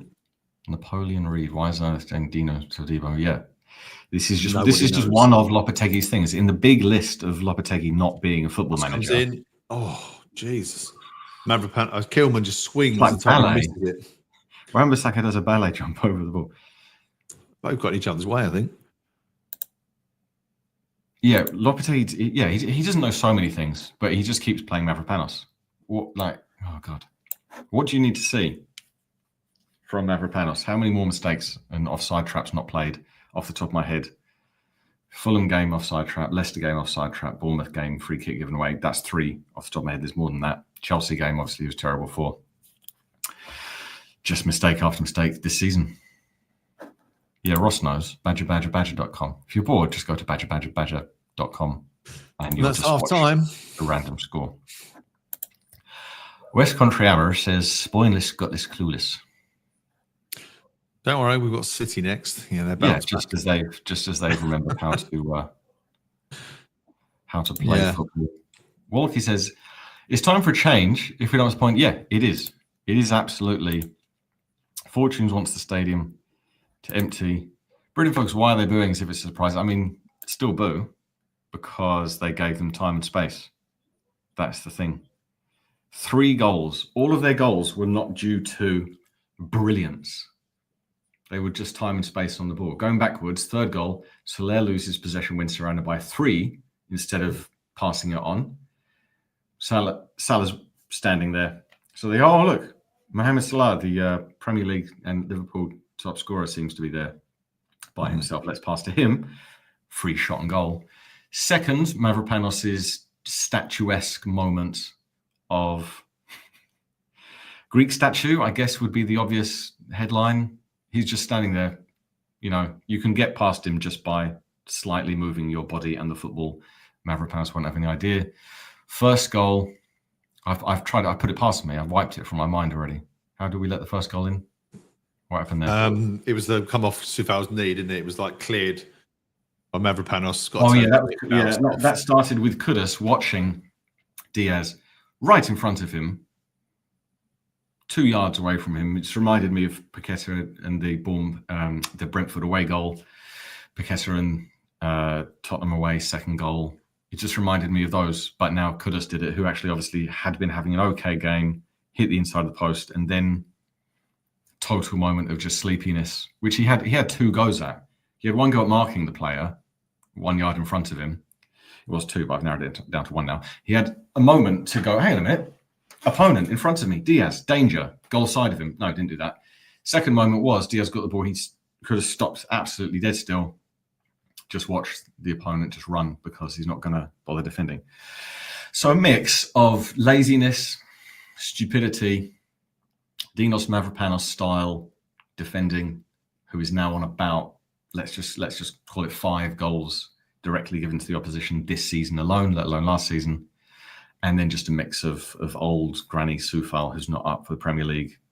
Obviously, Lopetegui kind of trying to tell like our players how to move around the pitch, but just being so stretched out. Liverpool just licking the old metaphorical lips, having a bit of a post-Christmas feast. I mean, absolutely.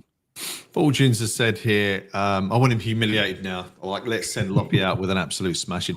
Yeah, I think 6-0. 6-0. I mean, this is not beyond the realms of possibility at all, because you can't. I'm trying to think now, like West Ham players walk into that changing room. Can you see Loppy giving them a rip-roaring, you know, come on, lads, we can still do this kind of speech? He'll just be in there going, no one understands a bloody word he says. They'll be looking at each other going, well, that's your fault, that's your fault. You're crap in midfield and you're shit in defence. And what chance you got of scoring? We've got a right winger up top. So what I hope is this. I mean, I thought we'd be 5-0 before it started.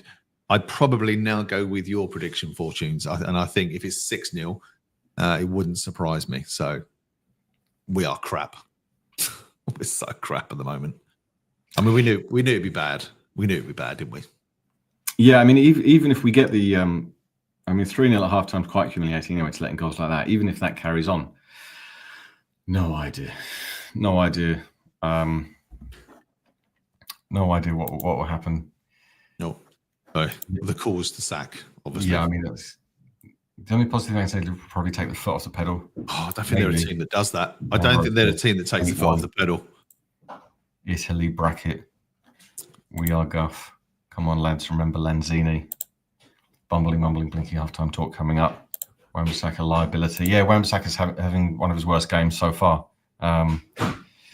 He's just all over the shop. Edward Harris says, calm down. Edward, most people tell us that we're too calm and we're not annoyed, so this is now a good time to commit. Is Liverpool very good or West Ham crap? West Ham are crap because it's the way the goals are scored, right? Obviously, they're very good. Like, no one's doubting they are a very good team. They're top of the league. But even when they beat other teams, they either let in goals or have chances against them. I mean, you know, they beat Leicester, but Leicester's performance was a footballing performance that they lost. We're not playing football, and we've got a squad of players who you'd probably say are better than Leicester's players, and that's just one example. It's just the goals. It's just what we've seen so far this season, which is that the players are not motivated or inspired. Whether that's down to them is another matter, but the point is it's not happening, and the players are still being picked. Mavropanos is still being picked. Paqueta, I was hopeful he might do something. He's just put in another 2024 Lucas Paqueta performance. The only thing I remember doing so far this half is just spooning that left-footed, attempted outside of the foot cross. He's just been absolutely anonymous and invisible on the football pitch. He's doing absolutely nothing. So, to answer your question, very crap. It is very crap to do nothing. It's not forgivable, he shouldn't be a footballer. If he wants to be a footballer, go and do it somewhere else. He has to go. I would love to see the back of Paqueta and Lopetegui. And now, the problem we also have as well, if we keep getting hammered, it's harder even to attract a manager who's coming to a club that is so downbeat, so battered, so far behind with such crap goal difference. Like, there's got to be a point you've just got to bite the bullet. Sullivan just won't do it.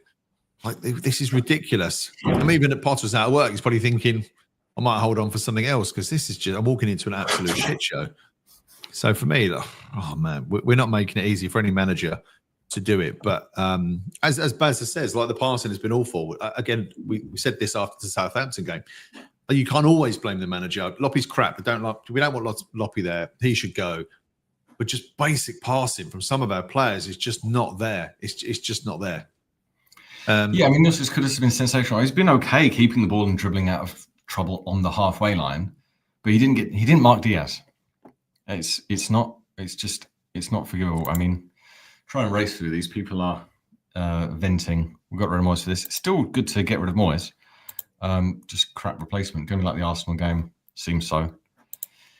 Guys, let's be honest, we should talk about this club's now finished. Shame our club Sullivan needs to sell. Yeah, I think that's the start of it. Brad Wan-Bissaka passes to nobody. He's been having a weird game. Maybe he just doesn't really know what he's doing. Are you a left back? Are you a left wing back? Where do you play? Nobody knows. Bribe the tea lady. That's probably slightly licentious comment. Do you think Credency will overpower Sullivan if he buys club outright? Yeah, by definition, it's a percentage game, isn't it? If you've got 51%, then your say goes. Mark Butcher was offside by Miles, then played a pass to the scorer. How is that correct? Yeah, Salah did run toward the ball. Obviously, not going to get into that against Liverpool, but he did run toward the ball and then changed his mind. I don't know how a new manager makes average players good. Still some good players there. And there's a lot of players, like, Iraola does it. Silver at Fulham does it. This was good. James get Potter in now.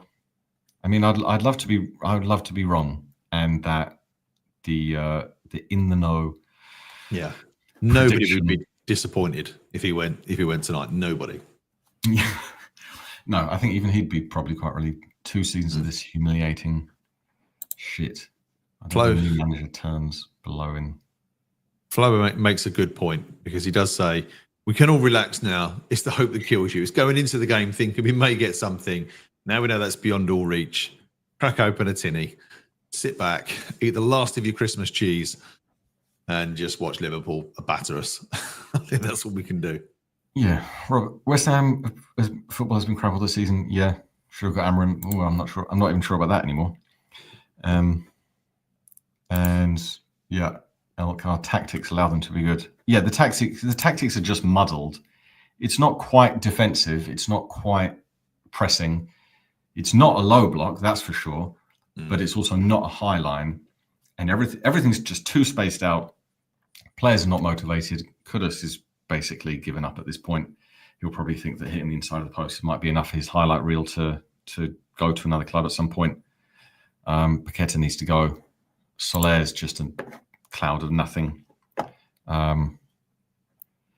DC hates Potter. Every time we bring up Potter, he goes on what can only be called a tirade. It's still an improvement. I mean, if he's on to the end of the season, just something new. We have no tactics. Yeah, that also. Yeah, I knew someone would come up with Northie's Christmas cheese. When you said it, I thought you're not going to get away with that in the comments. And sharp lot. True to form, Christmas cheese was leapt upon in a very mature sense, as if we have a bunch of 15-year-olds in the chat. And imagine Kudus in the Liverpool team world class. Yeah, totally agree. Kudus has the ability to play for anyone. Kudus could play for Real Madrid, physically speaking. He could be sensational, but we're just not the right team. Napoleon says, why on earth is Dino playing instead of Todibo? Why do we let Aguerd go out on loan? We get Solomon Rodriguez is both crap. We let our best midfielder leave on loan. Yeah. I mean, hindsight's a wonderful thing, but yeah, I think we all blame the manager. We all blame Loppe. Scrap, get him out.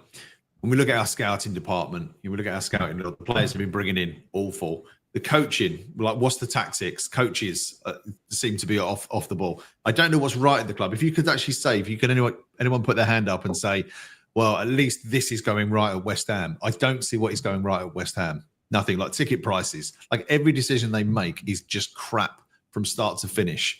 We're in such a mess. We are so far behind other clubs now that, forget dreaming of Europe. I mean, that's just a pipe dream at the moment. We've got so much work to do, more than just a manager, and that's what the big worry is, I think, for West Ham.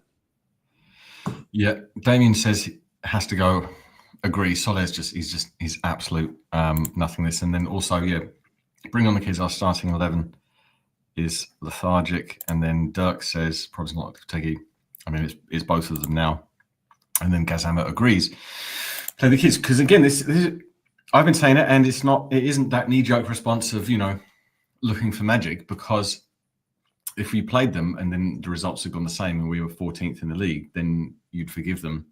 Said it basically every game. Said it with the Southampton game, and watching Scholes at the Brighton game, even when he does make defensive mistakes, I don't mind. And I don't think the crowd minds. I don't think, teammates mind. When Mavropanos makes mistakes again and again and again and again, and he's first pick, that's what is unacceptable. If you put on Casey and he makes a mistake, you expect that, because that's part of it. Dinos Mavropanos is not going to grow or learn. He's reached his limit of mental perspicacity and physical capability at this point, and it's shit. It is not good. It's crap. It's unforgivable. So he needs to get off the pitch. Same with Soler. Soler's nothing. Paqueta is nothing. So you have Orford and Potts in midfield.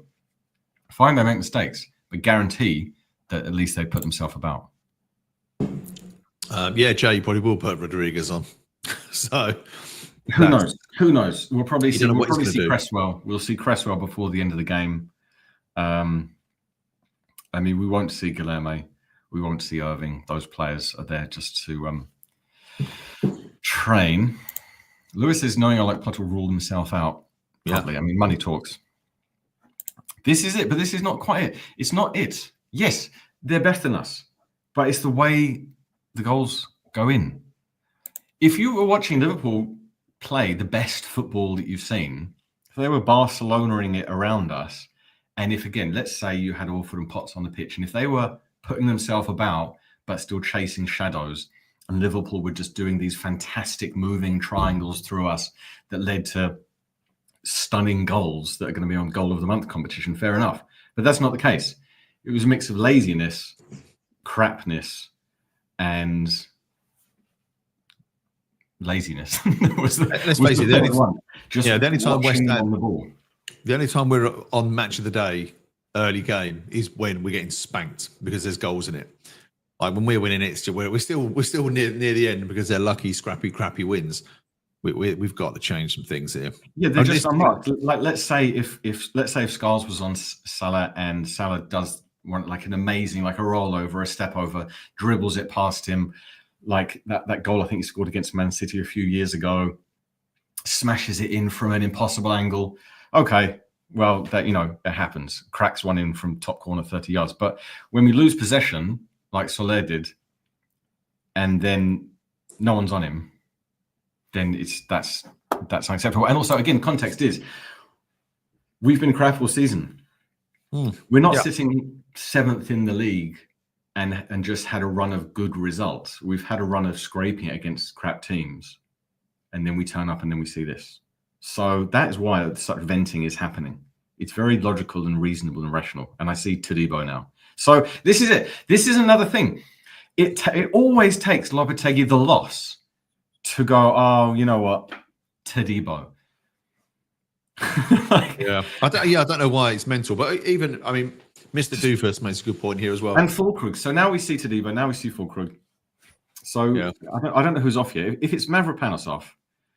It's got to be Paqueta as well, isn't it? But Bowen up against two great lumps. Yeah, Bowen isn't a striker. I know we keep saying that. Bowen is not a striker. He's a winger. He's not, even when he's central, He doesn't dart between the players. He doesn't make central defenders work hard enough. He's all right as a fox in the box, but that's about it, which is fine, which is great. Nothing wrong with that. But he's much more effective out wide. Let's just hope Fulkrug has a half-decent game. He's not going to get a hat-trick, is he? Somewhat unlikely. I mean, I haven't even bothered looking at the odds this game because it's all just terrible. Moyes broken team got us demolished. So I missed the preceding comment. Lynn says we've not been playing as a team all season. Great. Exactly. Richard B. West Ham fans have been watching terrible for a season and a half now. At least people have had enough. I think. No, they aren't playing triangles through us. We've stopped that. I think Kunigland's on a wind up. If you find this positive, if you're happy with this season so far and this game as a West Ham fan, then I would only question your ambition and what expectations are. So, Kudus has moved out to the left. So, right, yeah. Soler's still on. Paqueta's still on. Mavropanos is still on the pitch. So, off. So, now we're still on a 5-4-1. Yeah. So we've got Wan-Bissaka, Mavropanos, Todibo, Kilman, Emerson. And then we've got Paqueta and Soler fiddling around the middle of the pitch. And then we've got Bowen, Areola, Kudus. So, what is to be hoped?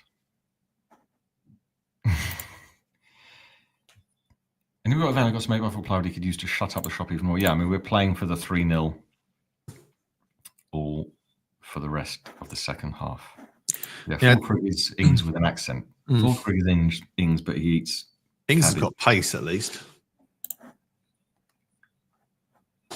Fulkrug looks static. Oh, and a great save by John says disappointing season.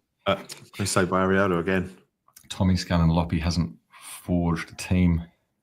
Hammer time. Every player's gone backwards. That should have been 4-0 there. Well, it might be in a minute. Who knows? Let's see. Order coming in. Cleared by Todibo. Incredible team selections, incredible substitution, no tactics. Please issue a P45. Sullivan.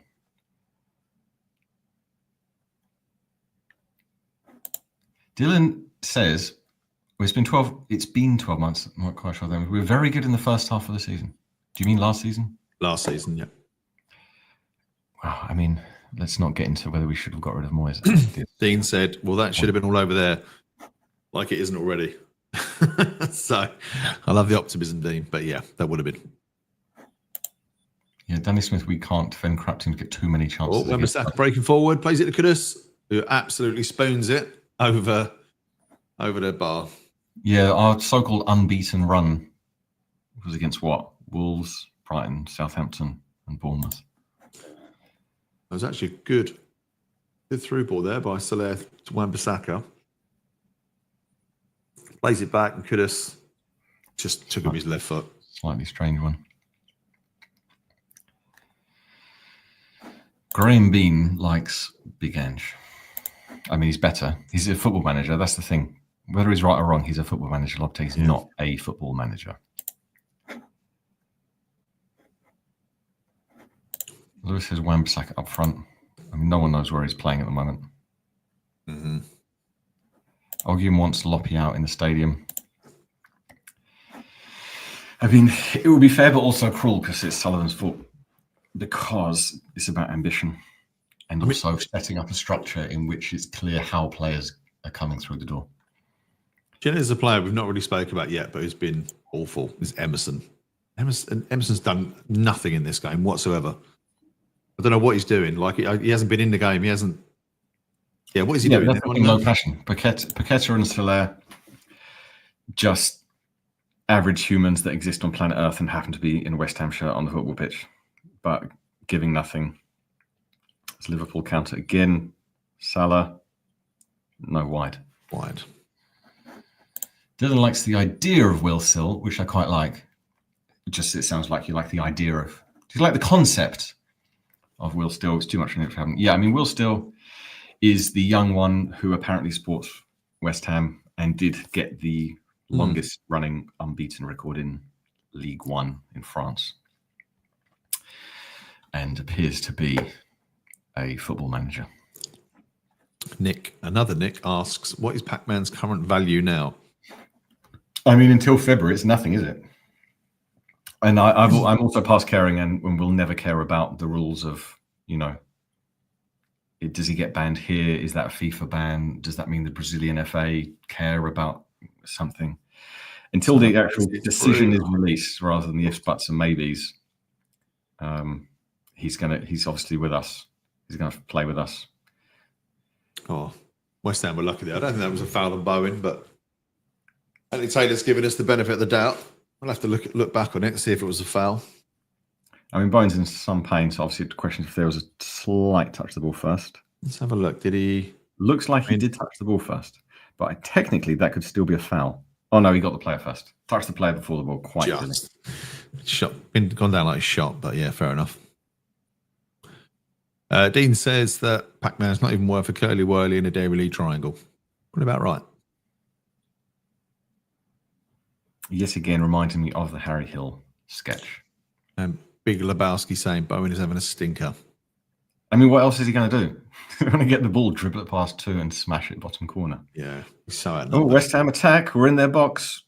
Odd Kudus cross all the way to out of play from Kudus. Terrible. Absolutely abysmal.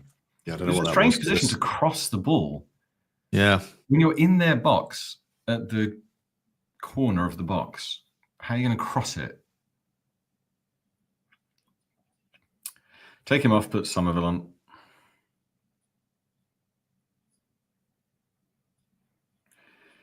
This is, I think we'll probably score one and let in two. Another two. So I would say 5-1 and then Liverpool give up, make subs. Yeah, I mean, that's probably the saving grace. They will probably make subs, won't they, Liverpool, at some point, just to rest players. And an absolutely shit pass from Fulkrug. Kudus keeps it in. Kudus keeps it in, and then no one goes toward him to get the ball because the players have given up. Soler gently jogged toward him. No one else did. You might not know, but Lucas Paqueta is on the football pitch. I'm quite sure he has not touched the ball in 6 minutes. He's about to now. No. Todibo, no. That was going to get past. You think they don't want to pass to him now as well? Because that happens at some point. Who doesn't keep possession. Ball was booted out to Kudus. Nice ball from Todibo. Well. Kudus in the box. Aimless, nothingness. What was it? What was that? No one was in the box. So what was that? Paul Soler was going to get that then. Oh dear. I think Kilman tried, but it was crap. Fortune said it would benefit Loppy to leave and return home. He's not a happy man, football and family-wise. Yeah, I mean, he's never really looked comfortable here either. So put him out of his misery. Yeah, I think Alan Smith just must be mates with someone at Sky. That's the only reason. Better off giving Somerville a rest, Michael says. I don't know. I mean, I see your point, but yeah. Like says they're toying with us. Pretty much feels like that. David says, calm down, this Liverpool we're playing. Yes, but have a go and fight. Oh, no, okay. So he says, fans saying calm down, this is Liverpool playing. Yeah, I get it. Fight for the badge would be nice. Even like a couple of levels below fight for the badge is just make an effort. Like, just don't take the piss. Would be and another goal. 4-0. He's a world-class player.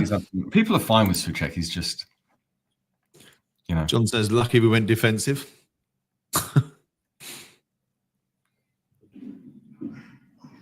Yep. Kilmer. So I didn't quite see who made the mistake on that one. If there was a mistake or if it was just a worldy goal. Yeah, they just went to Kilman, so it's probably. I mean, again, one of the worst signings of the season. Any team, I think, Kilman, 40 million. So much time. I mean, this is the thing. Time on the ball, time on the ball, time on the ball. Deflection. Yeah, deflection. But then again, give him like 1, 2, 3 seconds. Yeah. That is, yes. And West Ham should be pushing forward rather than standing there holding his nuts. We are absolutely walking. That's the thing. 4 goals now. You tell me that, oh, yeah, but it's Liverpool. So, though, any one of those goals, are they acceptable? to anyone in the chat, to anyone Too watching. easy, far too easy. Not one single one of those goals is acceptable to let in. Metaversal Threat says, sell Areola now. I mean, you can't fault him for that goal. You can't fault him for that. And he's made some really good saves. So I think that's slightly harsh in this one. I'm not a fan of Areola. I think he's a backup keeper, but get Kudus off the pitch. I like Kudus. I'm a fan of Kudus. I would put him in the world-class category, but get him off the pitch because he's also walking through this game. Yeah. He would be my first sub. My first would be Paqueta. Problem is we've got no strength and depth, have we? That's the issue. Yeah, because that's the thing. We're now almost in January, and Guilherme hasn't been played. Irving hasn't been played, so they haven't even had an opportunity. 25 minutes. I think Guilherme's had 15 minutes, maybe. Panos is going to bow in. Going to get us a corner. No, Liverpool clear it. Throw on. This is abysmal. This is what. Yeah, I mean, this is what many of the predictions were correct. I think I was the only one that had a shred of hope, which was quickly dashed as soon as the first goal went in. Everyone else was absolutely bang on with the whole 6-0 possibility. Still might get one. Consolation, something for the crowd to cheer. Something, nice memories to take home. We're attacking. Emerson cross, no. Gets blocked. No options. Could have slowly jogging over. We'll get there eventually. Liverpool clear. Kaiser Machine says poor management.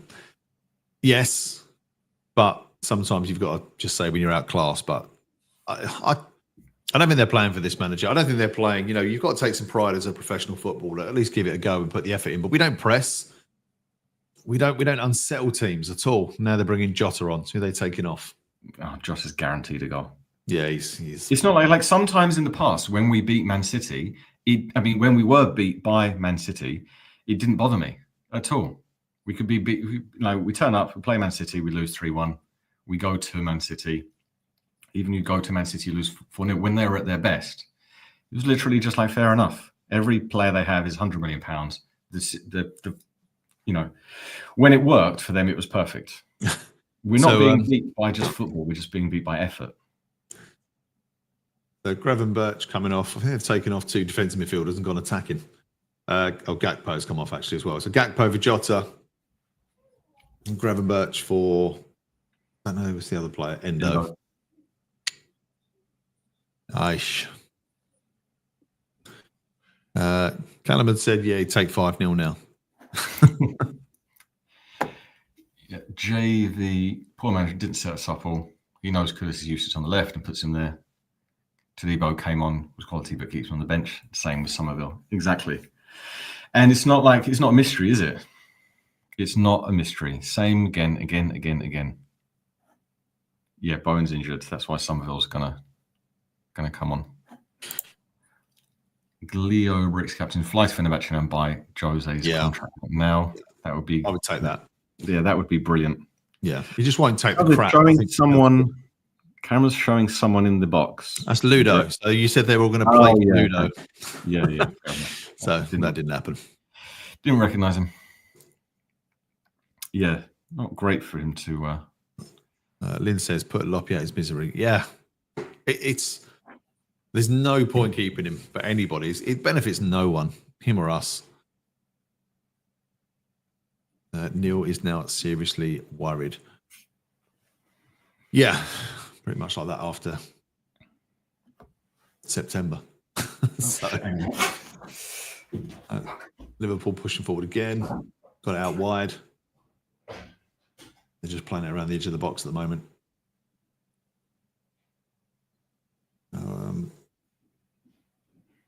Hesitation just to clear that ball. Luckily, it goes out from West Ham. Goal kick. Okay, let's get to some of these comments. Yeah, we've been jogging. Absolutely right.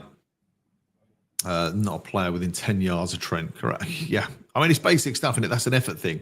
That's not a manager thing. But that is just, there's no effort to really close him down and do that. Patrick says he thinks it could be an 8-0. Almost Framat is burnt calling your for book, mate. fans to leave the stadium. Just remember to turn the oven off in the nick of time. What you have for dinner? What you have for dinner, mate? This could be whilst there's subs happening. Roast duck leg. Marinated in Chinese 5 spice for several hours. And then that's it. Bit of salt in the oven. Turn the oven off. Leave it to rest for at least 30 minutes. So that's the highlight of the day. Cooking tips with Nick. So if Bowen's out for a while as well, where the goals? I think he'll be okay. I think he was just in pain. I mean, it was a bit of a chop down the side. I thought Areola kicked that out. Then kicked it out before he's at the corner. What minute are you on? 60. 15 seconds. Yeah. So. Yeah. Richard B says, marinated with your own tears. Very true. I did also rewatch the Family Guy episode where Meg makes cookies with her tears. So that reminds me of that. West Country Amarina was all about organic ducks. Michael says Fulkrug hasn't touched the ball yet. I mean, we've got to get it up there. We've got to get it. The midfielder's got to get it forward. So yeah, but that's the thing. At this point of the game, he could just not stand and wait for the perfect cross. Then, Darren says, utterly fed up with regular hidings. It's the thing. It's the same thing. It's the same manager. They both. There's some differences here and there, but they don't know how to inspire. They don't know how to motivate. Liverpool attacking through Salah. Oh my God, Salah just absolutely spooned that. That should have been another goal, but he's unconventionally just passed it straight to Areola. I mean, so it's goal just difference now. Like the worst days of the past as well. Like even going back 20 years when we just had those seasons where we would get an absolute hiding. There was, was it the Roda season when it was 7-1 Blackburn, 5-1 Chelsea? It might have been Glenn Roda season, but that's Salah right foot there. But our goal difference is now the same as Wolves in 17th. That just shows we are very the most. Definitely Mavropanos, without thinking about it. He's so bad. He's not only just bad, he's bad and then very specifically bad and gives the other team a goal. He's slow. He can't play the offside trap. He has nothing going on in his head. Nick says I was going to cook, but this game is too entertaining. It's quite an excuse. Sorry, love. I can't put the oven on. They just win the ball back. Liverpool just win. Always. I mean, they tackle so well. They press, win the ball back. They've got it out wide now. Diaz. It's Wan-Bissaka comes back. Just watch Paqueta. That's not even walking. What's slower than walking? Yeah. He's still doing it. Kudus looks like he's taking a bit of a... He's just below walking pace.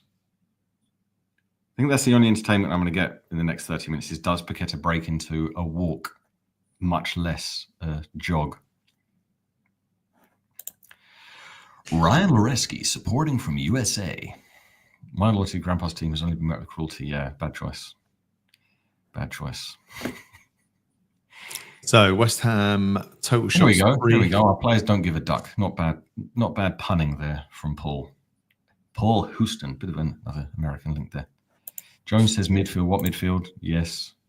Call on Kevin Keane. Yes. Just abysmal. Vince, we can't defend, so we set up to defend. Can't understand why. Attack. Plays it. Back to Jota. This is a training game at this point. Oh, they've got to shoot here. Absolute training game. We've just got 6 players in the box jinking around. Oh, Soler's lost it. Shot comes in, spooned over the bar. This is now embarrassing. When it becomes training game level. Nanny Ings will come on and save us, says the mighty Badger. Steve's given up watching. He's just listening. Ashley, we are just dog shit. Rudy Geek Gaming, what's the score? I went to the shop. We've come back. We're winning 5-4. No, we're losing 4-0. Oh, God. Yeah, they rolled over. Training game. Yeah, rolled over. Itchy says, no leadership whatsoever in our team. No one gives a shite. Well, yeah, there is a definite leadership void. But I thought that was what Loppy brought Kilman in for, as captain of Wolves, to bringing him to be the captain of West Ham. It's so far off a captain, it's ridiculous. Like no leadership qualities. He doesn't have the personality. His interviews are bland in the extreme. Now we're just waiting for the inevitable now. There we go, unmarked in midfield. Todibo cuts out the pass. On Steve-O. Todibo's been the only one who's had an okay game. Now he tries to break forwards, tries to make passes up really well. Come on. Oh, why did that not go through earlier though? You could have passed through to Fulcrook then. Somerville's got it. It's going to have a shot. Oh, imagine if Somerville and Todibo start the game. Imagine if you set up the game thinking, you know what, we might actually be able to score a goal if we attack. And if we attack, guess what they have to do? Defend. Now they attack again. They attack with so much pace. Space, area. No, it goes wide from Salah, but shooting practice at that point. Fully, unbelievably bad. Bobby says, Paqueta might as well be watching it on TV. Yeah. That right? So bad. I guess Bowen will be fine for the next game. It didn't look that bad. Mavropanos is starting signing. Yeah. It's not really conducive to a working culture, old Tim Stein. We have no midfield all season. Yeah, Paqueta with the armband. Old Captain Paqueta standing still. As I look at him, he's standing still. Slightly jogged. No, he jogged up to the Liverpool player and got absolutely rinsed. He's going to get a yellow card, guaranteed. AJ's bored. Bobby's tired. Anyone got any New Year's plans? Anyone had an argument with their family over Christmas? Anyone not speaking to a family member that annoyed them during the Christmas period? That's the only entertainment we are going to get at this point. Liverpool counter in. Going out to Salah. If it stays 4, that will be an achievement. Only losing the second half 1-0 through a deflected goal. Maybe that's what Lopetegui is going to say in the press conference. We only lost the second half because of a deflected goal, so that is actually an improvement. And we let in 5 against Arsenal. So, when these big teams come to town, what can you do? Louis says this is the easiest game Mo Salah will play all season. If you've not captained him in your fantasy league, you made a real mistake. We're still going to get a couple. You back players when they're playing come to manage. Yeah, but they're not trying. If they try and they're shit, fair enough, no problem. If they don't do the act of running, then they deserve to be battered. Yeah, they get paid a lot to play the game of football. GP wants to get a ferret into the mix. Don't get the kids on if not now, honestly. That's the thing, they're not even on the bench. If we had a bench of them. I missed that match momentum. I was trying not to pay attention. I was trying to hold in my inevitable tears. Steve is just saying, stop mucking around and let's get rid of Loppy. At some point, it's a parody. It's like, yes, we've lost massively again without really having a shot on target with a very expensive squad. Like, we talk about the 150 million whatever that was spent, but what's the existing cost? What is the cost of those 17 players? Or however many it is. Maybe it's 18. How much do they cost? So you'd think the manager should be able to put together some form of something. Balls hoofed out. Somerville got the ball on the left wing. He's against the generational talent of Alexander-Arnold. Kind of cross, but terrible. Nothing cross from Paqueta. Yeah. Didn't even look just poked it forward. Yep.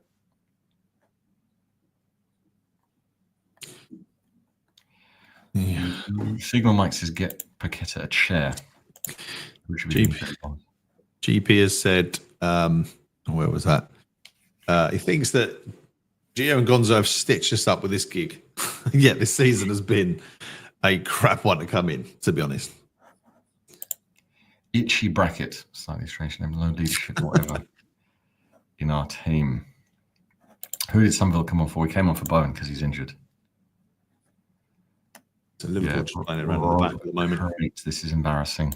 I'm trying to get down the comments. I still want to know. I can't believe no one out of 700 people didn't have an entertaining argument with a family member that they now don't speak to. Oh my God, where is the midfield? El Tel. This is the worst I felt 60 years of sporting. I felt equally as bad. I put Glenn Roeder on par. I was hopeless and annoyed. The difference was with Glenn Roeder that I was 20 years younger. So he wasn't as bad, but I guess he dashed my hopes. And I still thought we might win something eventually. Wan-Bissaka cuts it out. Plays it to Kudus, but it's just not running. And Wan-Bissaka loses it. Liverpool in the box, plays through, stabbed away by Gilman. Yeah, and we go 1-0 down, we collapse. Salah plays it in. Oh, punch by Areola. Shot comes in. Areola saves again. Areola's probably been our man of the match. And he let one in. There's no one else. Tadebo's been fine since he came on. Mm-hmm. Somerville's been fine since he came on. Apart from that. Why do we not start? I mean, Tadebo and Sullivan are clearly two of the players that are on form for us. I say on form, loosely speaking, but they look decent. Oh, Kudus loses it again. And he just won't start them. I don't know why he always brings them on. Oh, he's got to go. Dean has his official message of, please hide the chat for a second, go to the main like button and give it a like. Someone just put a really cheery message there. I think it was David. No, it wasn't that one. Where was it? Don't worry, lads. Only 20 minutes left. Jeremy Carr says, yeah, except losses, players are lazy and uninterested. Exactly. Questions needs to be asked the recruitment. Yes, obviously the recruitment is hopeful. We were hopeful. At the moment, they're operating on a 20% okay rate. Somerville and Wan-Bissaka, good signings. And no one else. Yeah, we are the slowest. We are the oldest. And when they're picking up their pay packet, they don't even try. I mean, Paqueta, after this, he'll probably make an Instagram post saying, joy be to God. We only lost 5 or something. Thank you, baby Jesus, for the opportunity to play football. But that's not really acceptable. You can't really make a living as a Premier League footballer off religious Instagram posts. Oh. So that was unlucky there. Paul Cook's little back heel, but Soler stopped running. Yeah, I mean, James says we got Potter to look forward to. I mean, at least it would also be boring. It would show how crap everything is, that it would be an improvement, but it would be an improvement. If he could just raise his voice toward a shouty pitch when players are crap. I mean, I don't trust him to do everything. I think he might try and be Soler's off. Mates to people. Irving has come on.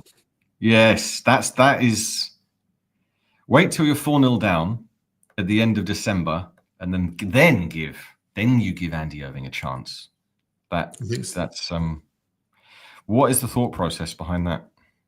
Saka coming off. Robertson and Jones off. They're just resting. I was trying to get through as many of these comments as possible, because I know when you make a comment, it's annoying if they don't get through it. But there's just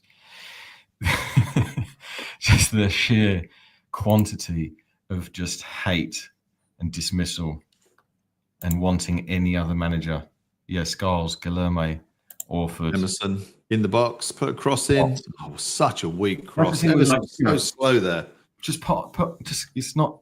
He had 3 touches he didn't need. Paqueta is pathetic. I suggested rocking weeks ago and got slated for it. Not on this channel, you don't. We don't do any slating. If anyone slates anyone else, we step in like the brave men that we are. Played some loose passes. Refund the fans. Yeah, we should get a refund. West Ham should implement the rule: if you lose by a lot of goals, if the opposition score more than 4, or you lose by 4, is free ticket. It is a free ticket arena. Oh, Sullivan.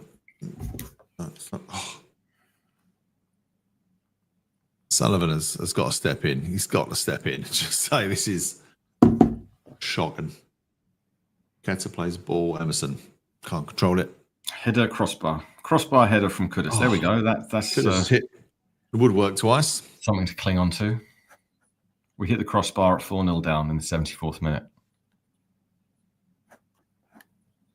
And then, Sketch Boy, we need to get rid of Sloppy. Hasib, embarrassing lack of effort. Neil, GSB out. I don't think it's G anymore. I think it's just SB out.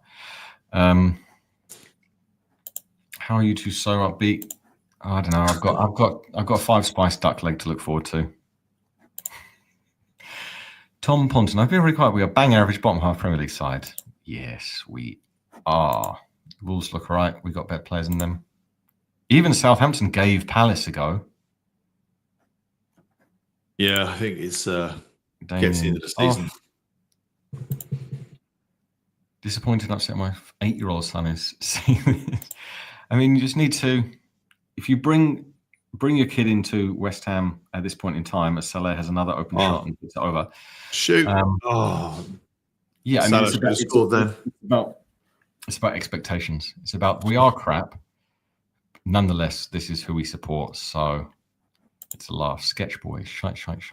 I'm only getting through some of these comments are 5 minutes old now because there's that many people rightly complaining. And I would love to highlight all this. Sketch Boy. My rabbit could play better. All of our owners need to sell up. They're not going to get rid when we expect to lose. This Man City will be equally painful. I guess the only thing maybe West Ham or others were thinking about, because as someone said in the comments there, like you couldn't trust him to sign another player, Loppy. So you've got to think, if you're going to get a new manager in, you've got to do it now. But even then, would Sullivan put his hand in his pocket and spend? Exactly. It's not. I mean, unbelievable. I'd love it to happen. Something to Lewis would take Beatrix Potter at this point. What was the point of buying Guilherme exactly? John was there and left early to get home. Yes, correct decision. Yeah, there are empty seats appearing. GP is bringing up Manscaped, which I think there's probably a link for Hammer's Chat Pubes in the description below to get 20% off or something or other off of Manscaped shavers. I'm going to double check my food situation. Kudus takes a shot. Oh, just on the head of Wan-Bissaka, who nods it wide. Ay. This is ridiculous. Yeah, don't watch. Why won't Liverpool score enough to get him sacked? Are they mugging us off? What would it take? What are the goals? How many goals would it take to get Loppy sacked? Is 4 enough, or do we need a couple more? You don't know with our chairman. That is the point. Bazza says, what is the point of the academy? Yeah, we've got youth players sat on the bench, but again, is it right bringing them on against Liverpool just to get annihilated? It's a tough one. Sketch Boy says it perfectly for me. That's why we don't go. That's why we do that's why we do this Hammer Champ watch along. I won't waste my money on going down and watching this absolute dross until we get something decent in. But I knew this wasn't going to be the season for it.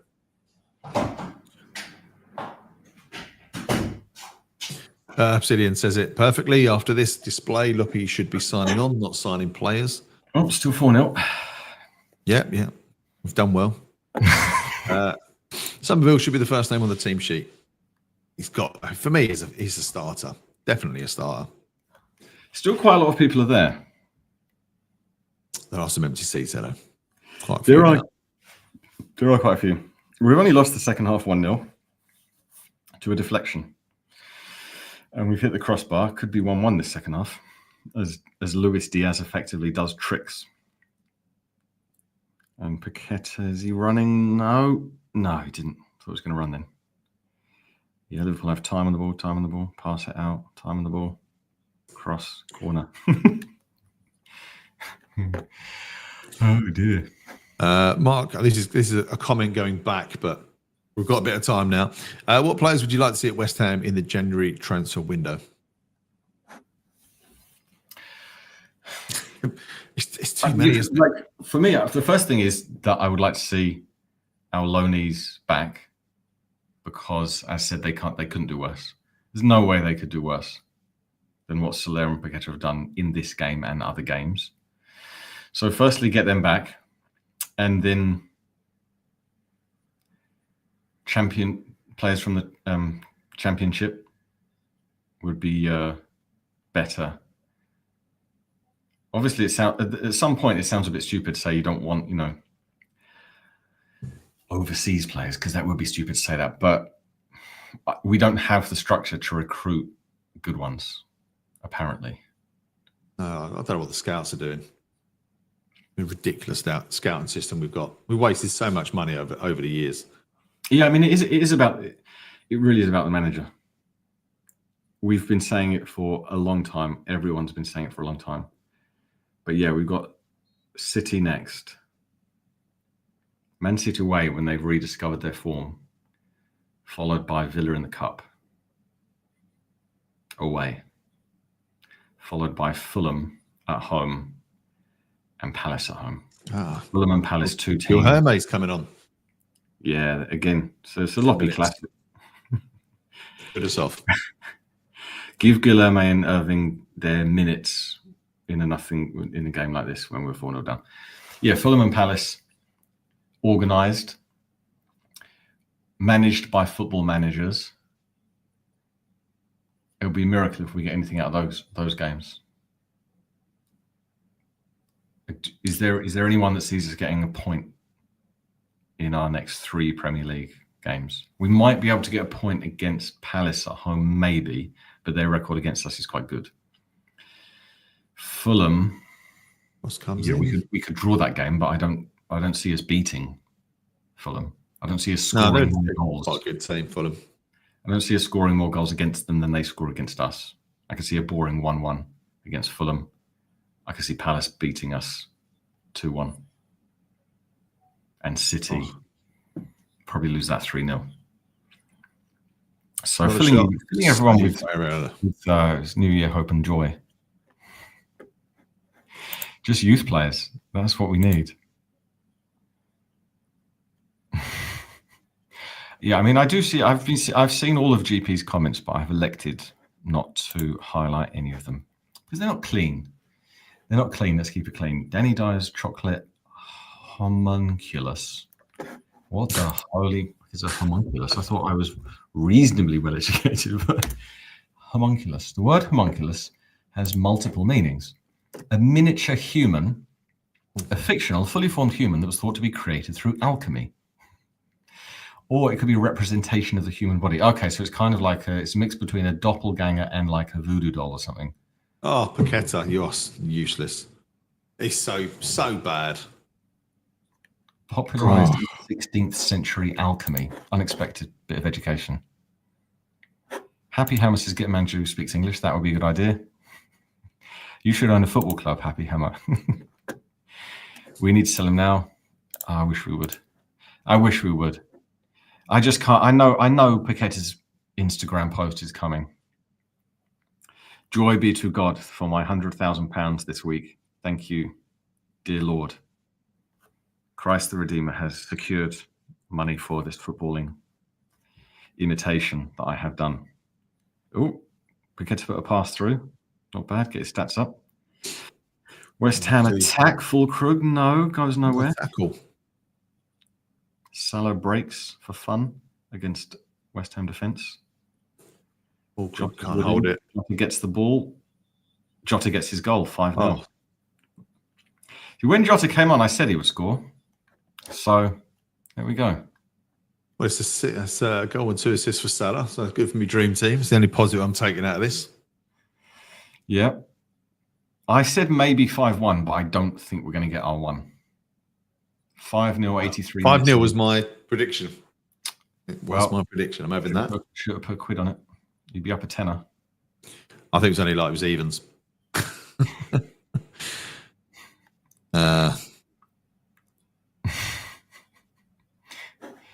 Yeah, unfortunately, this shit season started 3 minutes into the Villa game. I mean, the way he went past Mavropanos as well he is such a joke of a player. I know. Because I don't know what it's literally like he's new to the game of football. Oh, What does he think? He knows that Salah's going in that direction. Even though he might not know many things, like which way he'll go or something, they're over there behind you. So if you go there, that's in the opposite direction to Salah. So that's bad, Dinos. Someone write letter. I think Dinos Mavropanos is on Instagram as well, and he sometimes posts things. And I don't know. Maybe someone can politely don't say it cruelly or don't be mean. Just say, just FYI, Dinos goes that way. I also think Ariella may have got a stronger hand on that, but I mean, he shouldn't have got through that. Yeah, easily. I mean, it was a clear shot. Loads of time, 15 yards from goal against a Premier League player. It's going to go in. Ross Mavropanos is utter toilet. Taxi for Loppy. Jota said he scored. Dean, I also said it. He's good striker. Get in there, Jota. One more should do it, I reckon. It's likely. I can see Jota getting another one. Why not? Paul Evans says too easy. David Chinese character says great defending. Fluffy Python. So what now? Yeah, I mean, what's the future hold? What does tomorrow look like? Will he go? I think we both said no. I think he'll be there to the end of the season. If it'd be like a 3-0, but a 5-0. Richard says, how much do we pay for that? I mean, there's a stadium full of people who paid for this, and their next option in life is, do they turn up for a Fulham? What time is the Fulham game? Let's have a look. Time of day for Fulham game. West Ham fixtures. Nope, shit, wrong button. Jamie says the game is the Friday evening, so that will be a nice end for the week for everyone. West Ham Fulham then 14th at 7:30. Oh, that's a Tuesday game then. So you've got to turn up on Tuesday evening, school night, to see a boring Fulham draw. Then you have to motivate yourself to go Saturday 3:00 to watch Palace probably beat us by a goal. My God. Then we're at Villa away in the league. Nice. Then we're at Chelsea away. Good.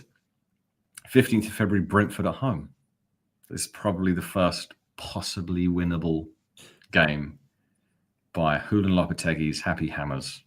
If you wanted to know who we're playing after Brentford, that's Arsenal away. Wow. Then it's Leicester at home, Newcastle at home, Everton away. Do you see us getting anything against these teams? Wolves away, Bournemouth at home, Liverpool away, Southampton. I mean, all of these teams have... And there he is. There's our owner. He's watching along. He's wearing a hat. He's wearing a coat. He's wearing gloves. He's wearing glasses. He's sitting next to, I think, his son. His son hasn't had a haircut in a while. His son, he's got curly hair down to his shoulders and a beard. And he's wearing a brown scarf and a blue suit. And they're talking to each other. What are they saying? What are they talking about? David Sullivan is talking about something with his hands. Now the camera is on Karen Brady. She's sitting next to a very old man. Don't know who he is. Karen Brady has a slight smile on her face. Now they're back to the game. That was the most exciting thing I saw. So Sullivan talking to his son. What was he? He was doing. He was moving. He was talking. He was saying something. What were they talking about at that point in time? Well, he's like, the manager doesn't quite know. What was he saying? My God. What were him and his son It is half empty now. Upon? I'm surprised. I mean, I guess people are doing the waiting around to boo. I can't hear, but hopefully they are chanting something about us having a new manager. Vince says he hasn't used his season ticket for 3 games now and won't unless something changes. Are you giving your season ticket to anybody else? Are you burdening family members or friends with this, and are they still speaking to you? Yeah, I mean, before this game, I was thinking about maybe, like, I looked at just, the Fulham game, the Palace game, Brentford, February game. Even the Brighton game was absolutely abysmal. I still somehow kind of enjoyed going. However, I'm not going to be wasting my time. No.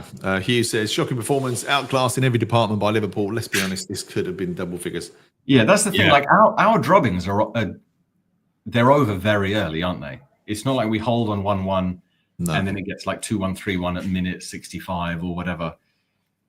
The drubbings are over first half, and then the other team knows all they got to do is just pass it around for fun. Okay.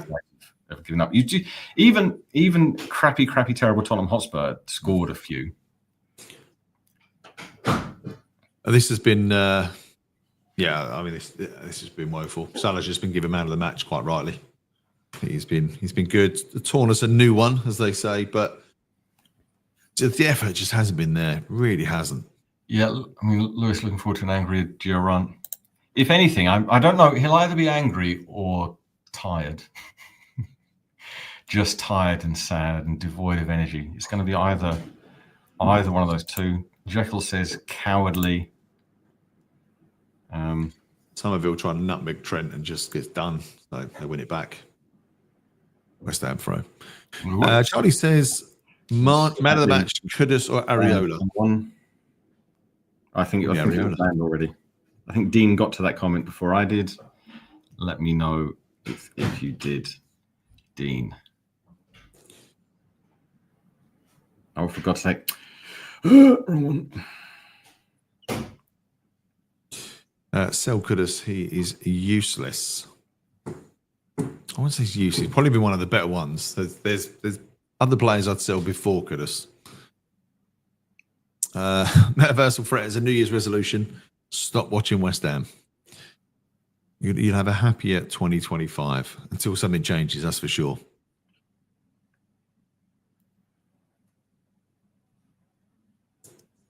Yes, okay. Just checking. That was all nicely.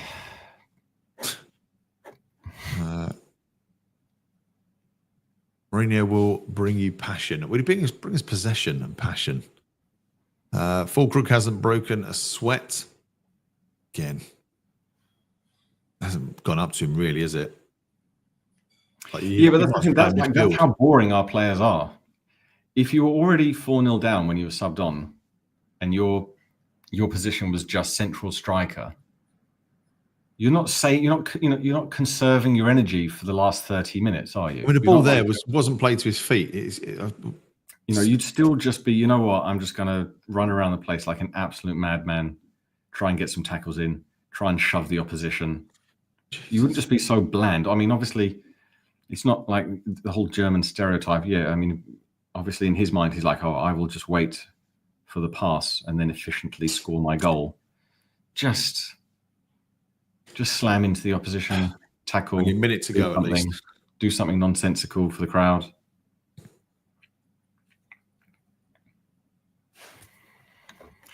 One minute of this crap to go.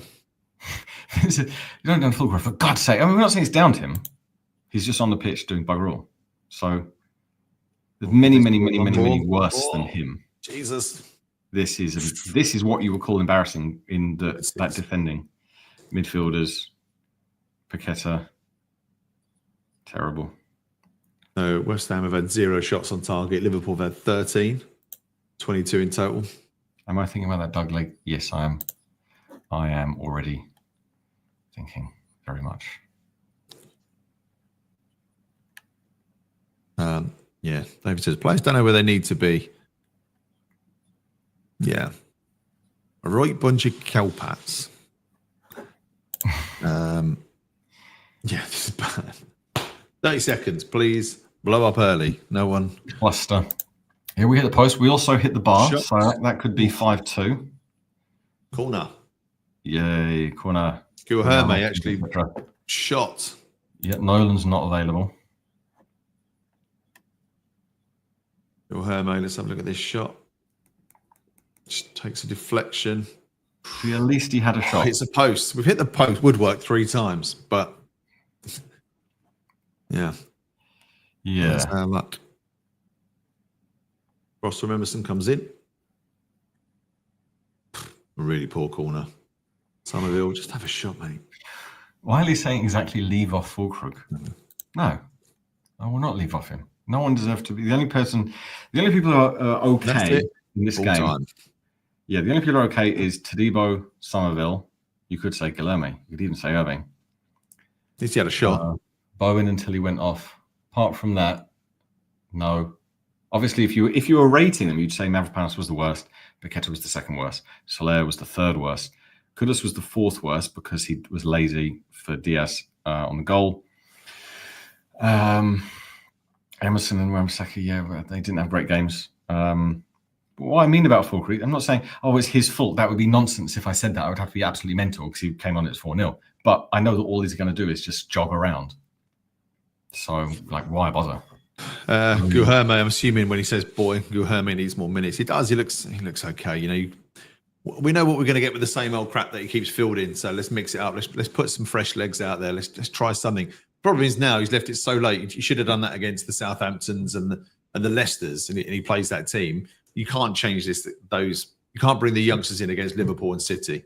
That's just not fair on them. So he's got to go for me. I've had enough of it. I knew it'd be crap. I didn't think it'd be that crap. I did. I think we all did. That's the problem. We don't expect anything from this manager, and that's painful. Yeah. So just against City, what's the early prediction against City? Lose 3-0. Unless we miraculously somehow have our new manager bounce. What I would like, what I'm interested in Gio's opinion on, obviously his opinion on the game is going to be like everyone else's, but what does he think David Sullivan was in conversation with his son about at the end of the game? I would like to know other people's opinions about what they could possibly be talking about. Other than that, thank you everyone very much for joining. Highly value all of your comments. Sorry, couldn't get to all of them. Literally tried, but there's just so many today. It's very difficult. But apart from that, have a good weekend. Have a good New Year, and see you for the Man City game. Happy New Year. Enjoy your duck, Nick.